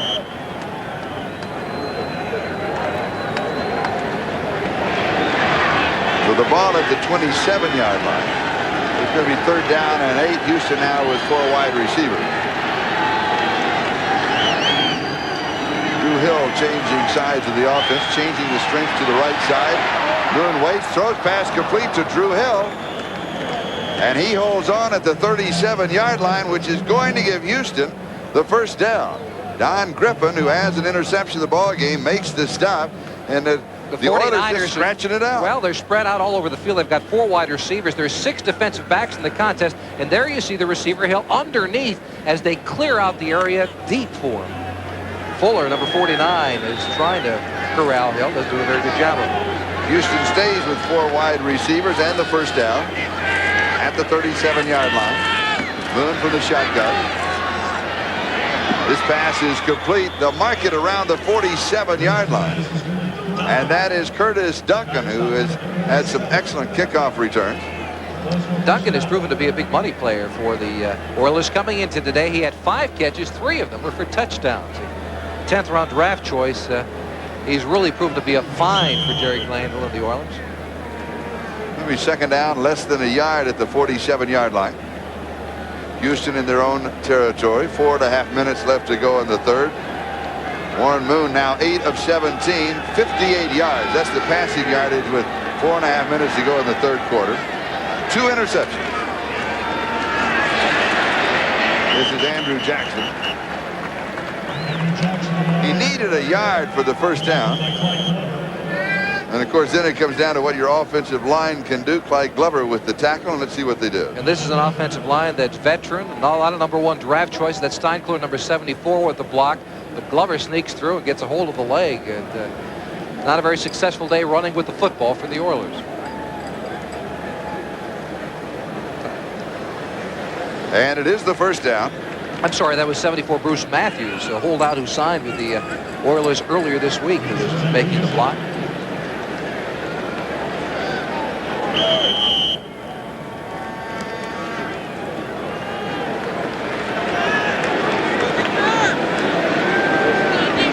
The ball at the 48-yard line of San Francisco. Houston with a first down. They started this drive back at their own 25. Again showing 4 wide receivers with Drew Hill in motion. Moon going deep to Hill. He is underthrown, has to wait for it, still catches it at the 5-yard line. He got behind Jeff Fuller. 48 yards on the play of first down at the 5. Check it, 43 yards to the 5. Well, first down goal to go. They spread out the defense once again. You're absolutely right, Charlie. Underthrown because Hill was way behind the defensive back Fuller, and it would have been a score had Moon gotten a little bit more distance on the football. But he'll take it. He's happy. First and 10 at the 6. We talk about the swirling winds in Candlestick late in the afternoon when it's just after 3 o'clock here, 3:08. Flags are still not moving that much. It's the 5-yard line of San Francisco. First down goal to go. Again, Houston with 4 wide receivers. Gibbons in motion. Moon fires. Incomplete. Curtis Duncan. He got a step on Tim McKyer. Should have had it. I'm looking at Jim because he was a wide receiver for the Dolphins. I'm thinking about being a defensive backer. Yes, he should have caught the football. McKyer makes the move on the play, and he's got to make that football catch. Though I'm telling you that when you're as a receiver coming across and the defender leaps in front, you lose contact with the football. But as a football player, a professional, you got to make it. You're in the end zone. It was a good pass. Moon was really on target for that. So it's second down goal to go at the 5.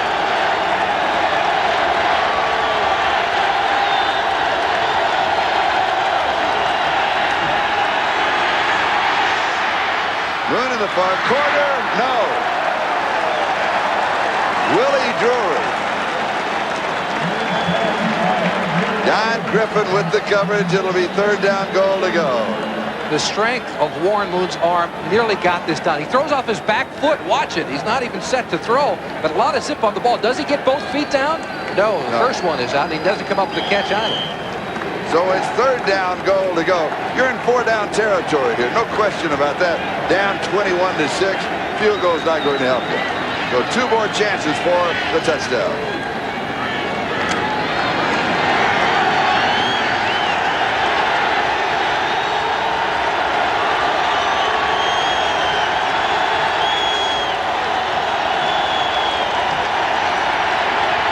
Moon throws, has his man. Yes, touchdown, Houston. And it is Curtis Duncan with a 5-yard reception. And he is the man that had a shot at the first one and couldn't pull it in. He also had a shot earlier in the first quarter at a touchdown, but slipped, if you remember, on the turf. This time he makes good on it. His 4th touchdown of the year already for the rookie, and wide open coming across. Again, Moon out of the pocket is a better quarterback than he is sitting in the middle of it. And for Warren Moon, that is his 10th touchdown pass of the year. Here's the extra point. It is up, and it is good. And so the Houston Oilers scratch and claw their way for 75 yards. And the score, it's 21-13, back with the kickoff. Houston 13 as Lee Johnson kicks off for the Oilers. And Del Rogers from the 1-yard line for San Francisco to the 15. And is going to be down at the 17-yard line by Richard Johnson. And we have 2 minutes and 31 seconds left in the third. We'll be back in just a moment. Quite honestly, Jerry Glanville, he's changed their mental outlook. Not so much of the physical ability of this club, but their mental ability. San Francisco to Rathman. Rathman to the 22-yard line. So he opens with 5 yards. And it'll be second down and 5. Now San Francisco is going without a huddle again. They have done this at the start of all of their drives. And I'm working on a memory. And they have had 2 90-yard drives, plus they've had a 73-yard drive. Well, second and 5 and 6, that's when the Oilers like that nickel back. On target to Rice. Jerry pulls it in, has a first down, and some taunting is starting to go on the field. Jeff Donaldson with the tackle. Rice has the crowd behind him at the 32-yard line. That's a pretty good hit. That's exactly what Rice was saying. Rice was saying, I'll take your best shot, and I'll still get up. I don't know how many times you get up from that kind of hit. I'm not so sure. That's number 31. Jeff, number 94, Charles Martin, right there in the middle of the defense. As a nose tackle, your job is just not to get beaten up too badly. And what he did was he fell to the ground, but he caused a stalemate and clogged everything up. And that's why the Oilers got to the running back. And yes, we do have to say it. Yes, it is. It's the same Charles Martin that hit McMahon on the late hit and was out for suspended for a couple of games. And he'll carry that with him the rest of his career. That's just the way it is. Montana rolls, throws, Rathman, first down. Oh, it's been the Tom Rathman day. 14 more yards to his total. You know what his nickname is, Charlie? They call him Woody. Remember? Woody? Woody, after an old station wagon? Is that? No, we have a player down on the ground. That's number 93, Robert Lyles. They call him Woody after the bartender on the Cheers show. That's right. Yes. Yes. Which fortunately is on NBC and we can talk about it in case anybody was wondering. Rathman has 6 receptions for 60 yards receiving, 9 carries for 47 yards rushing. So he has 107 yards total offense, including 2 touchdowns. Well, he gets caught up inside. He runs into one of his own linemen. That was number 79, Harris Barton, who almost knocked Tom Rathman off of his pattern before he was able to get to it. Lyles makes the tackle. Eric Fairs has replaced Robert Lyles. Montana to throw. And the pass is complete at the 47-yard line of Houston to Mike Wilson.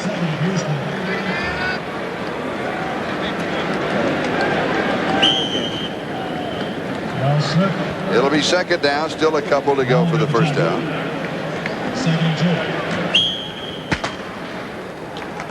Everybody was taking their time. Why? They were waiting for the gun, the end of the third quarter. And we'll be right. Miami by 10 over Cincinnati in the fourth. New Orleans by 10 over the Rams in the fourth. Dallas and Detroit are tied. And here it is San Francisco 21, Houston 13. Through 3 quarters, Joe Montana has completed 29 of 37. He's only missed 8 passes. 257 yards, 3 touchdowns, and 2 interceptions. At the Houston 47, it is second down and 2. And here is Roger Craig inside the 40 to the 39-yard line, picking up the first down along the way. The 49ers use more varied offensive formations than any team in football. Look at this. This is kind of the end around, the outside handoff, and some nice blocking on the part of that line that they've put together. 61, Jesse Sapolo leads the way downfield. That's even Jerry Rice, number 80, who we made jest of earlier, throwing a block, and Roger Craig was a few yards. The 49er player is shaken up. A check of time of possession thus far.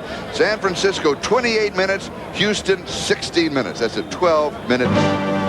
Today's game. Jimmy Sapolo with 14:47 to go on the ball game. As you look at the statistics, here's another one. In first down, San Francisco 28 first downs, Houston has 10. And speaking of first downs, a first down for the 49ers at the 40-yard line. Here's Roger Craig. Craig leans to the 35 of the Oilers. So it'll be second down and 6 as today's game is being brought to you by the San Francisco 49ers, the property of the 49ers and of the Houston Oilers. This telecast presented by authority of the National Football League, intended for the private use of our audience. Any rebroadcast or other use of this telecast without the express written consent of the 49ers and the National Football League is prohibited. What'd I say? Oh, you kind of kicked that one around a very little. well. Well, I made it up. I added a couple of words that aren't in there. See if you were alert. Second down and 5. Roger Craig. Craig jumps to the outside, to the 30, the 25. Down the sideline. No, he stepped out of bounds. Stepped out of bounds at the 13, maybe the 14-yard line.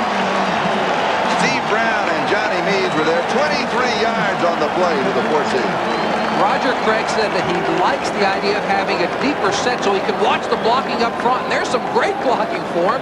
Quinlan, number 56, with a great block. Then it's all Roger Craig. Here comes Jerry Rice with a nice. He's got blood on his pants. He's got dirt in his helmet. And a smile on his face. And a song in his heart. Now remember, he's a fullback that has been moved to running back last week. Oh, it's like a new find, isn't it? And for him, it's just like a new lease on life. And here is Harry Sidney. As Craig comes out, a little breather. John Grimsley with the tackle. Sidney, a free agent out of Kansas. Special team specialist, and he's looked pretty good, the opportunities that he's had in the ball game.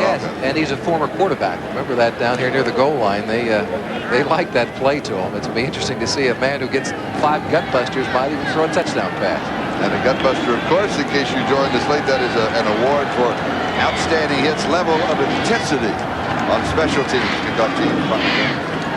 Little pump fake over the middle into double coverage to Russ Francis, who came out for a couple of plays, now back in. They got away with one because Francis was not open. Grimsley and Al Smith had the coverage on him. So it's 3rd down and 7 at the 11-yard line. Joe Montana's had some problems with some bursitis in his right elbow, but we've not seen any indication of that this afternoon. 29 to 38. And last week he wore a pad, like an elbow pad, for that. Pressure pad. Pressure pad. He said it looked like he had a little golf ball in the middle of his elbow, and the pressure pad kind of pushed that around. But no pad today, but here's pressure. And it's complete to Craig. He drops the ball. It's going to be incomplete.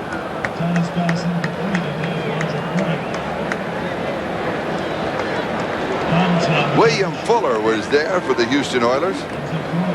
That's going to be 4th down and 7. And that means that Ray Wersching will come in with a field goal attempt. That's Al Smith, number 54, who makes Roger Craig think about it for a second. But Craig should have come up with that football. Wersching is 0 for 1 today, missing on a 44-yard attempt. This one will be from the 18th. It will be a 28-yard field goal attempt. Montana to hold. And it is good from 28 yards away. And the 49ers now lead 24 to 13 with 12:55 left in the game. Well, he's not having a very good afternoon this afternoon, but this year 3 times, remember, he's brought his club back to win. San Francisco kicking off. And Curtis Duncan on the return. 25, 30, outside the 35-yard line. He continues to have excellent kickoff returns. 31 yards. Dana McLemore makes the tackle. 5 returns for 111 yards. They have done so well at that in the 4th quarter. They were first down at their own 36-yard line.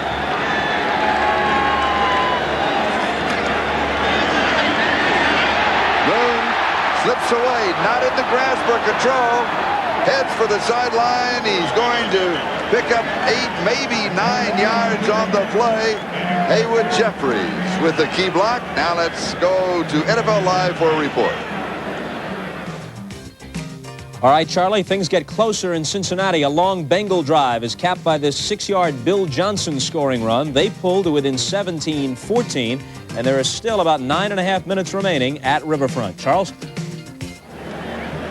Thank you, Bob. And if Houston is to pull within a few more points of San Francisco, Warren Moon is he's going to have to start completing some passes. He's going to have to start. They can't do it on the ground or scramble. Now, last week he was their leading rusher on the ground, but he also did it through the air. He'll have to do that now. He's now their leading rusher with 12 yards in this ball game. So that'll give you an idea of how poorly their rushing attack has been without Mike Rozier.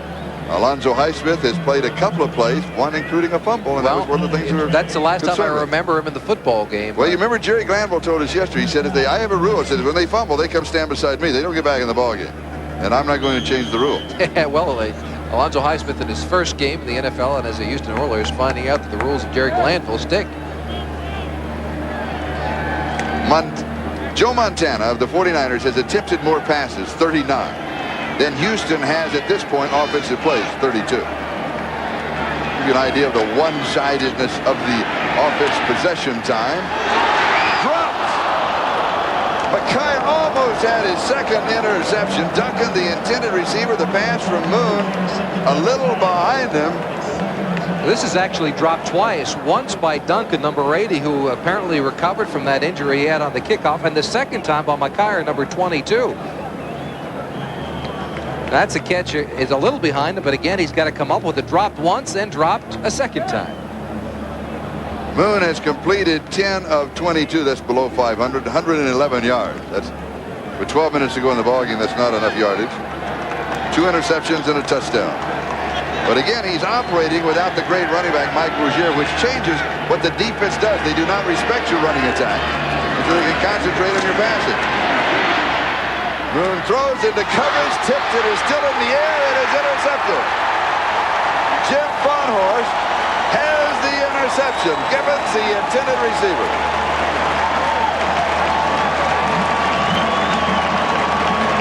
But I think Warren Moon was forcing a ball into coverage. He shouldn't have thrown there. Also, Ernest Gibbons, remember, playing with the flakjack, and he's got severely bruised ribs from a week ago. He does not want to go up into the air. That's a catchable football. Yes, a well-thrown ball on the part of Warren Moon. Yes, I agree with you. Warren Moon was not responsible for that. He threw it well. But you can tell when a receiver has a rib problem, they happen all the time, when he does not want to lift those 2 arms above his head, and it's difficult. It's hard to blame someone like Ernest Gibbons. You go out and play as hard as you can, given the injury that you got. San Francisco at their own 39-yard line. Montana is scrambling, throws the pass, is complete. Jerry Rice coming back, picks up 8 yards on the play. Steve Brown has the coverage. Well, sign of a good wide receiver is coming back to the football. And Jerry Rice does this because he's got the great speed. Allen's got to honor it going downfield. Steve Brown, rather. But look how far he comes back to the football. It's a ball that's kind of a rainbow thrown by Montana, but because of his persistence to coming back to the football, he beats Brown back to it. Mark it for 7, and it'll be 2nd down and 3 at the 46-yard line. 49ers in their own territory, leading by 11, 24-13.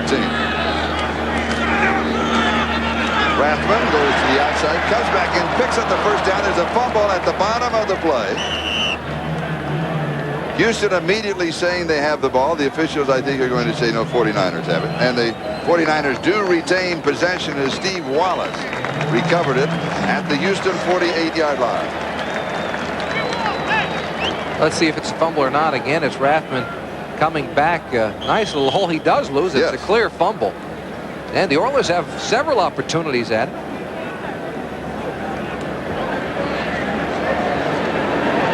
First down at the Houston 48-yard line. Rathman 113 yards in total offense, 53 yards rushing, 60 yards receiving. He has scored 2 touchdowns. Montana throws. The pass is complete to Russ Francis. Francis to the 41-yard line has 7. It's 2nd down and 3 as John Grimsley and Al Smith make the tackle. And we've got flags and some pushing and shoving and some finger pointing.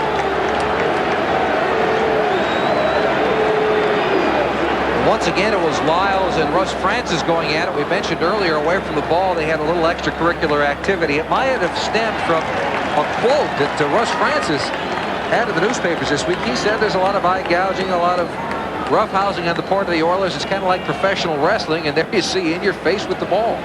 Unnecessary roughness. Number 93 on the defense. First down. They're calling it on Robert Lyles. Oh, that's a penalty that really hurts the Oilers. There's time left, over 10 minutes. Only down by 11, and that's you're giving up a lot of field position. Almost 3-1, the first downs. Ball to the 26-yard line. Houston territory, first down.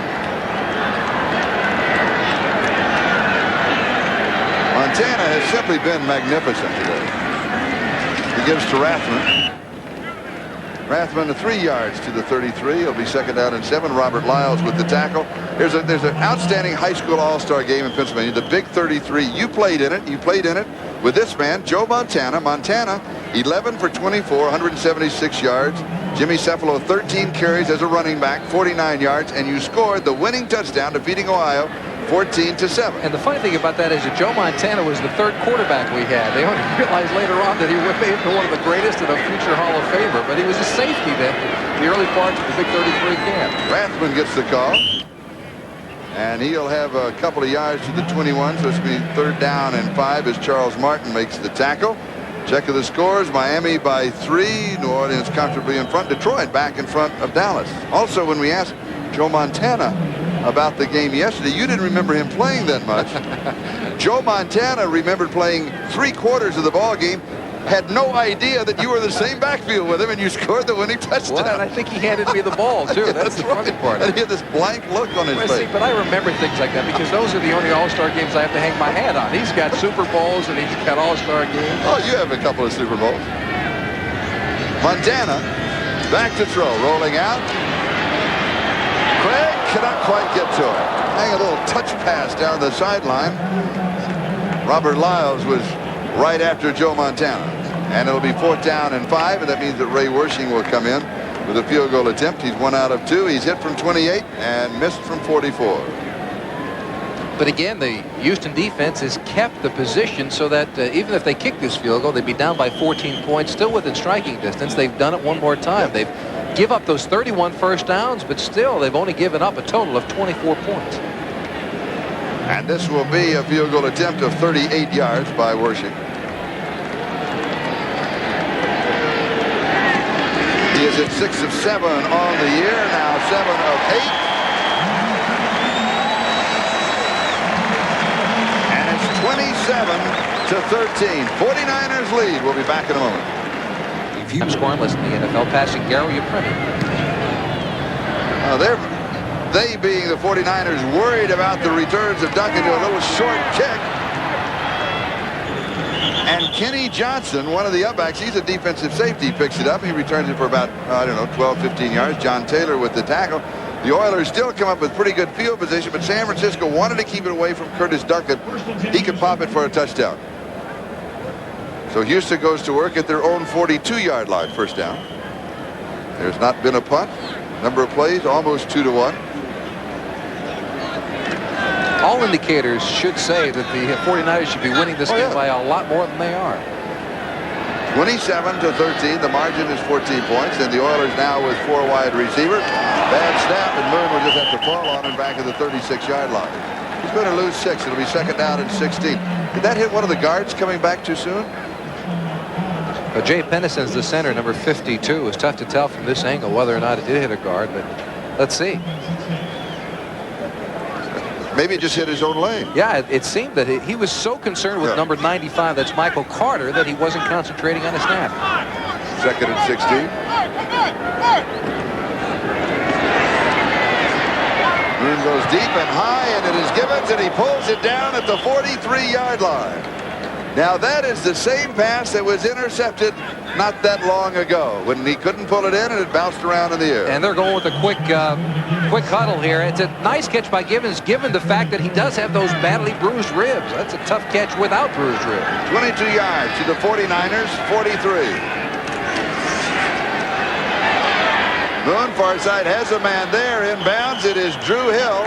They may rule that he caught it. He's going to say he stepped on the sideline.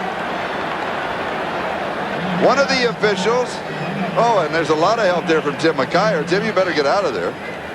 One of the officials may rule, because the cap came flying, is that he had already stepped out of bounds. Once out of bounds, and once you step across the line, you cannot catch it. Yeah, but I think McKyer's upset because he feels he was interfered with. Let's see if that's the call. Number 85 of the offense went out of bounds before he caught the ball. The penalty is a loss of down, second down. Right. So it'll be second down and 10 at the 43. We talked about that earlier on that same far side, and this time when you saw the cap going. And that's what the call is. There's the time. 7:29.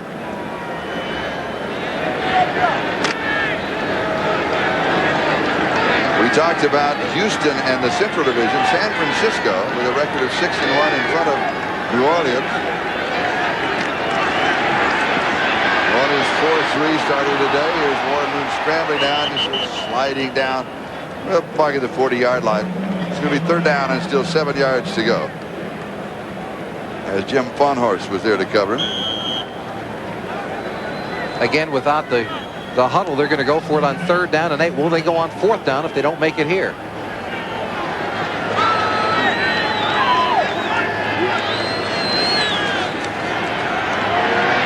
And goes deep, has a man there. It is caught. 14-yard line. Drew Hill. He was really decked. A gain of 27 yards. And Ronnie Lott dropped him at the 14. They spread the entire defense out, and they try to send 4 wide receivers down the hash marks and the numbers. They force the defensive backs. What a hit on the part of Ronnie Lott to make a decision based on the head and the eyes of Warren Moon. That time Ronnie Lott made the right decision a little bit late, but Drew Hill paid for it. The next couple of years, Vin Scully will be there to host. Also Bob Golby is part of the coverage here on NBC. Andrew Jackson. Jackson will go just inside the 8-yard line. We'll mark it the 7. And it's going to be second down as Drew Hill comes back in. The strong safety Jeff Fuller makes the tackle. And Haywood Jeffries comes out of that spread offense with 4 wide receivers. And it's second down. Flags are flying. Take more than 30 seconds. Either that or they seem that, as you mentioned earlier, Charlie, the offensive lineman, once set in that position, can't move. Somebody might have moved a little early. If they do, it's an automatic call, and they stop the False start. Number 63 on the offense. You're right. Still second down. Uncheck the left guard. Now, the only way they can move is if it's a shift. If, remember the Dallas Cowboys shift, if they all move in unison, then they can move. But once they're set and locked, unless they shift as a group, any movement at all by an offensive lineman is a penalty. So the ball goes back to the 13-yard line.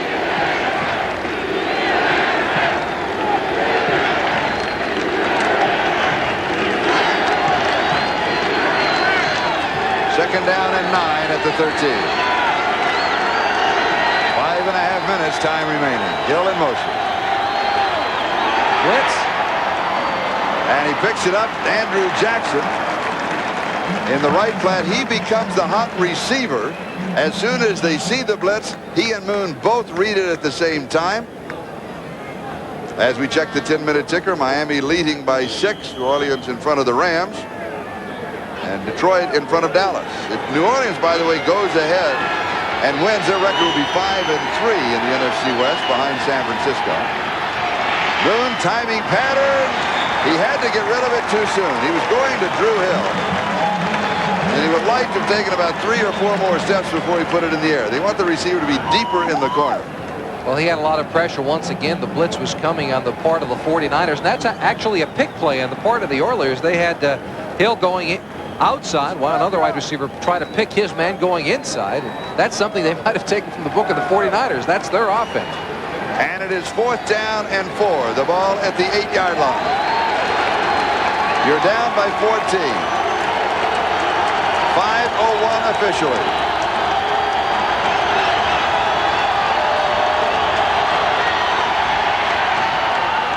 It is caught. It's a touchdown. Gibbons catches it. And Torrey Nixon had excellent coverage on it. That was a great pass, a great reception. And Torrey Nixon complaining a little bit. He felt that he was interfered with on the part of Gibbons. Let's take a see if we can't pick that part of it up. Moon knew he needed at least 4 yards for it. Tough to tell that corner of the end zone, but a nice play on the part of Gibbons because he kept his feet in bounds. An 8-yard touchdown pass. And with the extra point, the Oilers could pull within 7. The number on the jersey of the kicker, Tony Zendejas, and the Oilers are within 7. As we take another look at the touchdown. From Warren Moon's angle, again, it was a low snap on the part of Pennison, but it was high enough for Moon to get the ball off. A nice pattern by Gibbons. He does get that second foot in bounds, and Torrey Nixon he's complaining. I was pushed. A 58-yard drive in 9 plays. And Gibbons has his 4th touchdown reception on the year. As Joe Montana and the 49ers will go to work.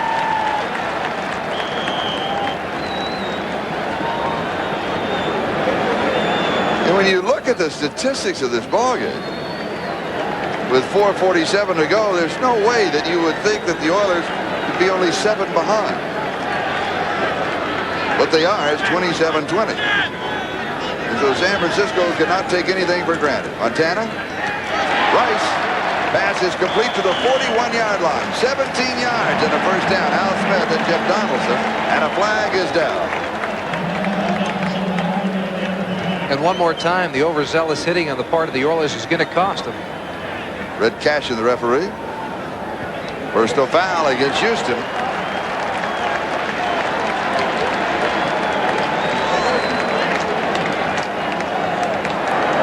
Unnecessary roughness.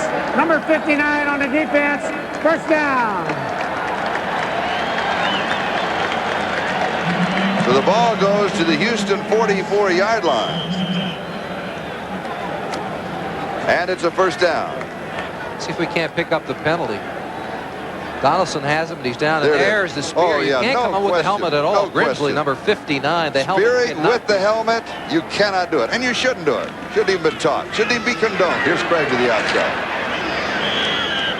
And he'll have a couple of yards. Let's give him 1 to the 43. Second down and 9. Robert Lyles with the tackle. Grimsley was also there. Second and 9. Well, the penalty earlier when Robert Lyles had the little extracurricular activity with Russ Francis set up the field goal to put the 49ers a little further on top. But now we'll have to watch and find out if Grimsley's indiscretion provides the same end. The injury report on Fuller's a strained tendon left ankle.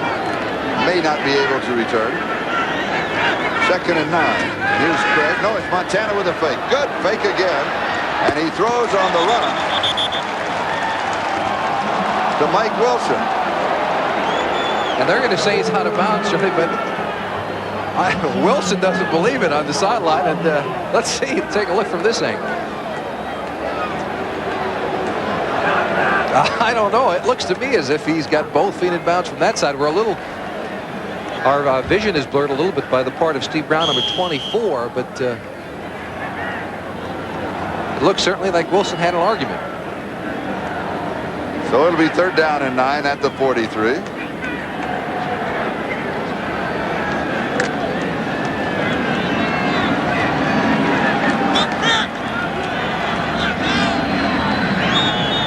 '49ers leading by 7, 27-20.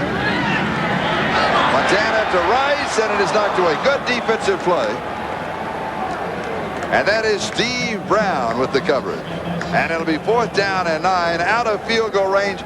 So Max Runninger comes in with the first kick of the ball game.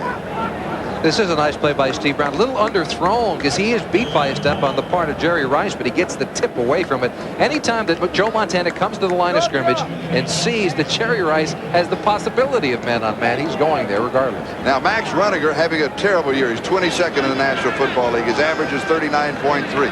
First kick of the game. He's been there a whole ball game. First opportunity. He'll go for the corner. He gets a pretty good one. It's not bad. It's getting cool, and he's been standing around all day, so that's a pretty good job. Well, let's see where they mark it. It's about right about the 15-yard line. So that's not bad. 28 yards on the kick, but the important statistic, the 3:23 time remaining. And they have done this time and time again. A blitz is coming. Charles Haley. First sack of the ball game for San Francisco. Charles Haley was their big sack man a year ago. He had 12 and 86. This is just his third. Actually, there's only 4 men coming, Charlie. Not much of a blitz on the part of the 49ers, but it was like a sieve. That offensive line, with all the first-round draft choices of the Oilers, did not do much of a job to keeping Kugler and company out. It's at the 3-yard line. second down at 22. Moon has to drop this one off on a short screen to the left side. Andrew Jackson on the receiving end, so they get a little of it back. But when you have three down linemen and you bring a linebacker, it's truly not a blitz. It's just like a four-man run. It takes from a 3-4 to a 4-3, actually. That time, Clyde Gloverville, number 93, had one of the greatest starts I've ever seen off the line of scrimmage, and he forced Moon to get rid of it quickly. Third down and 15, going without the huddle. Moon, it's high and it is incomplete. Gibbons going up for it, couldn't pull this one down at the 34.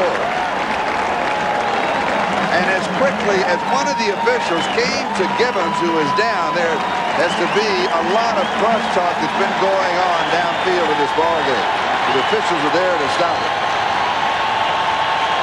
The crowd responds to the defense of the 49ers. Lee Johnson now will kick for the first time in the ballgame. He has the #1 net average in the AFC. And he's been standing around.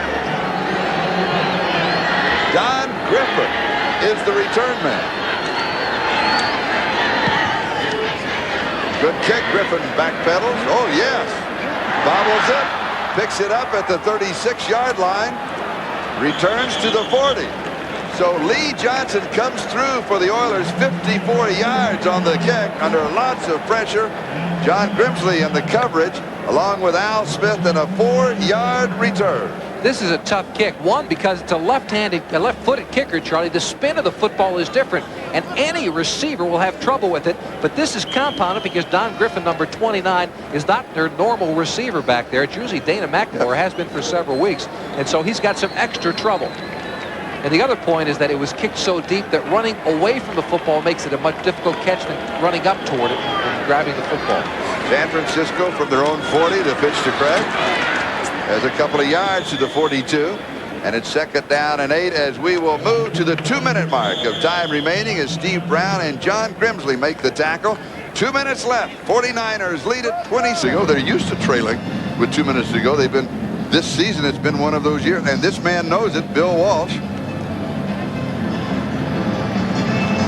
The Oilers have been exceptionally tough in the last 2 minutes of the ballgame. Well, you've got to think that Jerry Glanville, with his past, in the 2-minute, trailing by 7 points, he's going to blitz. I mean, I know Joe Montana does well against the blitz.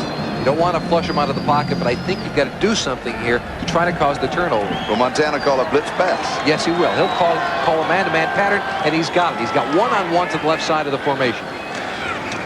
Well, he's going to work on the clock instead, so Roger Craig, he's not going to have any yardage at all. It's going to be third down and 8 at the 42-yard line. Grimsley makes a tackle. Now, set that up as Reed. What were they looking for? He was setting up something.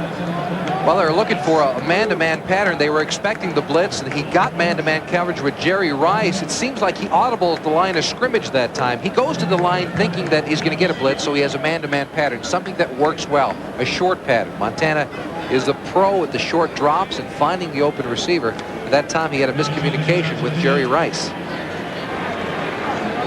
And now, for a ball game that did not have any punts, we have our third in a very short period of time. Rudiger will be kicking to Kenny Johnson. There's pressure. He gets it off. Oh, this is a good one. Johnson takes it on the run at the 4-yard line. A great kick. And I believe Kenny Johnson, I don't believe he did. He made a mistake. He should have let it bounce at least once to see if it was going towards the end zone. 56 yards on the kick. Keena Turner was down very quickly, and he only had a 10-yard return. And that's not going to help him. Now the report card of the ball game for the 49ers. Montana at this point, 32 of 44, 283 yards, 3 touchdowns. Craig, rushing and receiving, 119. Rathman, rushing and receiving, 115, and 2 touchdowns. Ray Worshing, of course, with a pair of field goals of 28 and 38 yards. First down from the 13. This is Drew Hill. He is out to the 28-yard line. Has the first down. 127 and counting, 15 yards on the play. And with 2 timeouts, they'll call 2 plays in the huddle all the time, try to preserve the timeouts as long as possible. Houston down by 7. Drew Hill again, 41-yard line. No, he does not have it at the 41. It is incomplete. It will be 2nd down and 10, back at the 28-yard line. And the report card on the Houston Oilers. Moon, under 500, 50-31, 179, 3 interceptions. Rozier, of course, with that foot injury, did not play. And the leading rusher is Andrew Jackson with 16 yards. And everybody shakes their head when you see that statistic. The 49ers play this differently because the Oilers need a touchdown. They can afford to play this kind of a soft zone. They can allow them to get the 15, 20-yard pickup, but nothing deeper than that. What's amazing when you look at the statistics is that Houston is this close at this point of the ballgame. Andrew Jackson, 32-yard line. It's going to be 3rd down and 6. And Houston stops the clock with 58 seconds left, and they have 1 timeout remaining. Andrew Jackson made the throws, tipped incomplete. And it's going to be 4th down and 6. Gibbons, the intended receiver. Torrey Nixon is the man who tipped the ball for the Niners. And they're all spread out. You see they've got a receiver on the hash mark and 1 outside near the end line, but it's that zone with Keena Turner, number 58, coming from the inside, and Nixon, number 20, coming from the outside. Little chance for Gibbons to make the catch.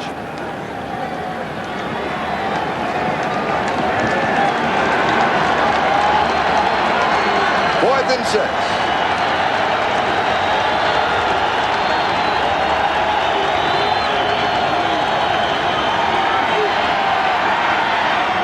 Deep over the middle, and it is incomplete. Curtis Duncan, the intended receiver, and the 49ers will take over on down. At the Houston 32-yard line, the Oilers have only a timeout remaining, and Ronnie Lott was there for San Francisco. Well, Curtis Duncan has been successful for his young NFL career, making the big catch here. He runs the good pattern around Fuller, number 49, but again, with that soft zone sitting back there, there's always a defensive back ready to pounce on an overthrown football.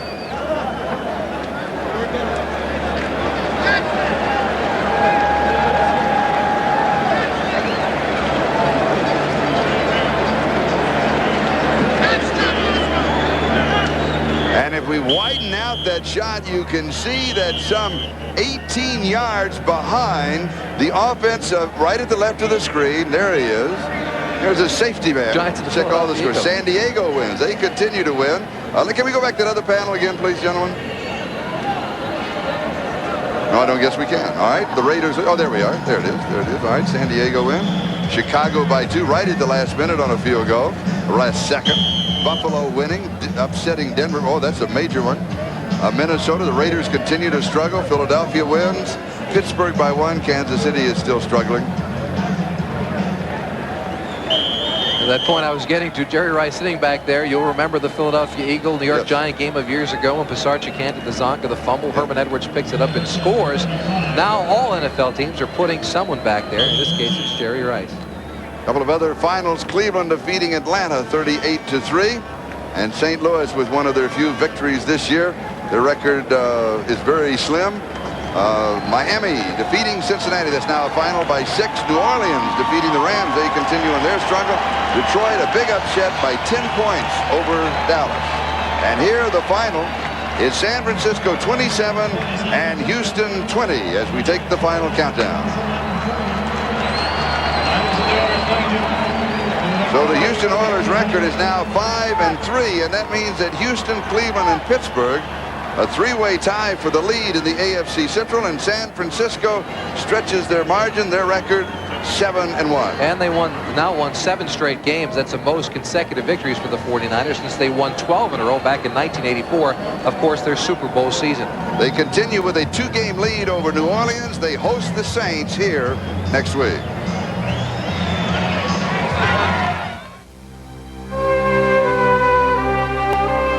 It's a tradition as old as the land itself.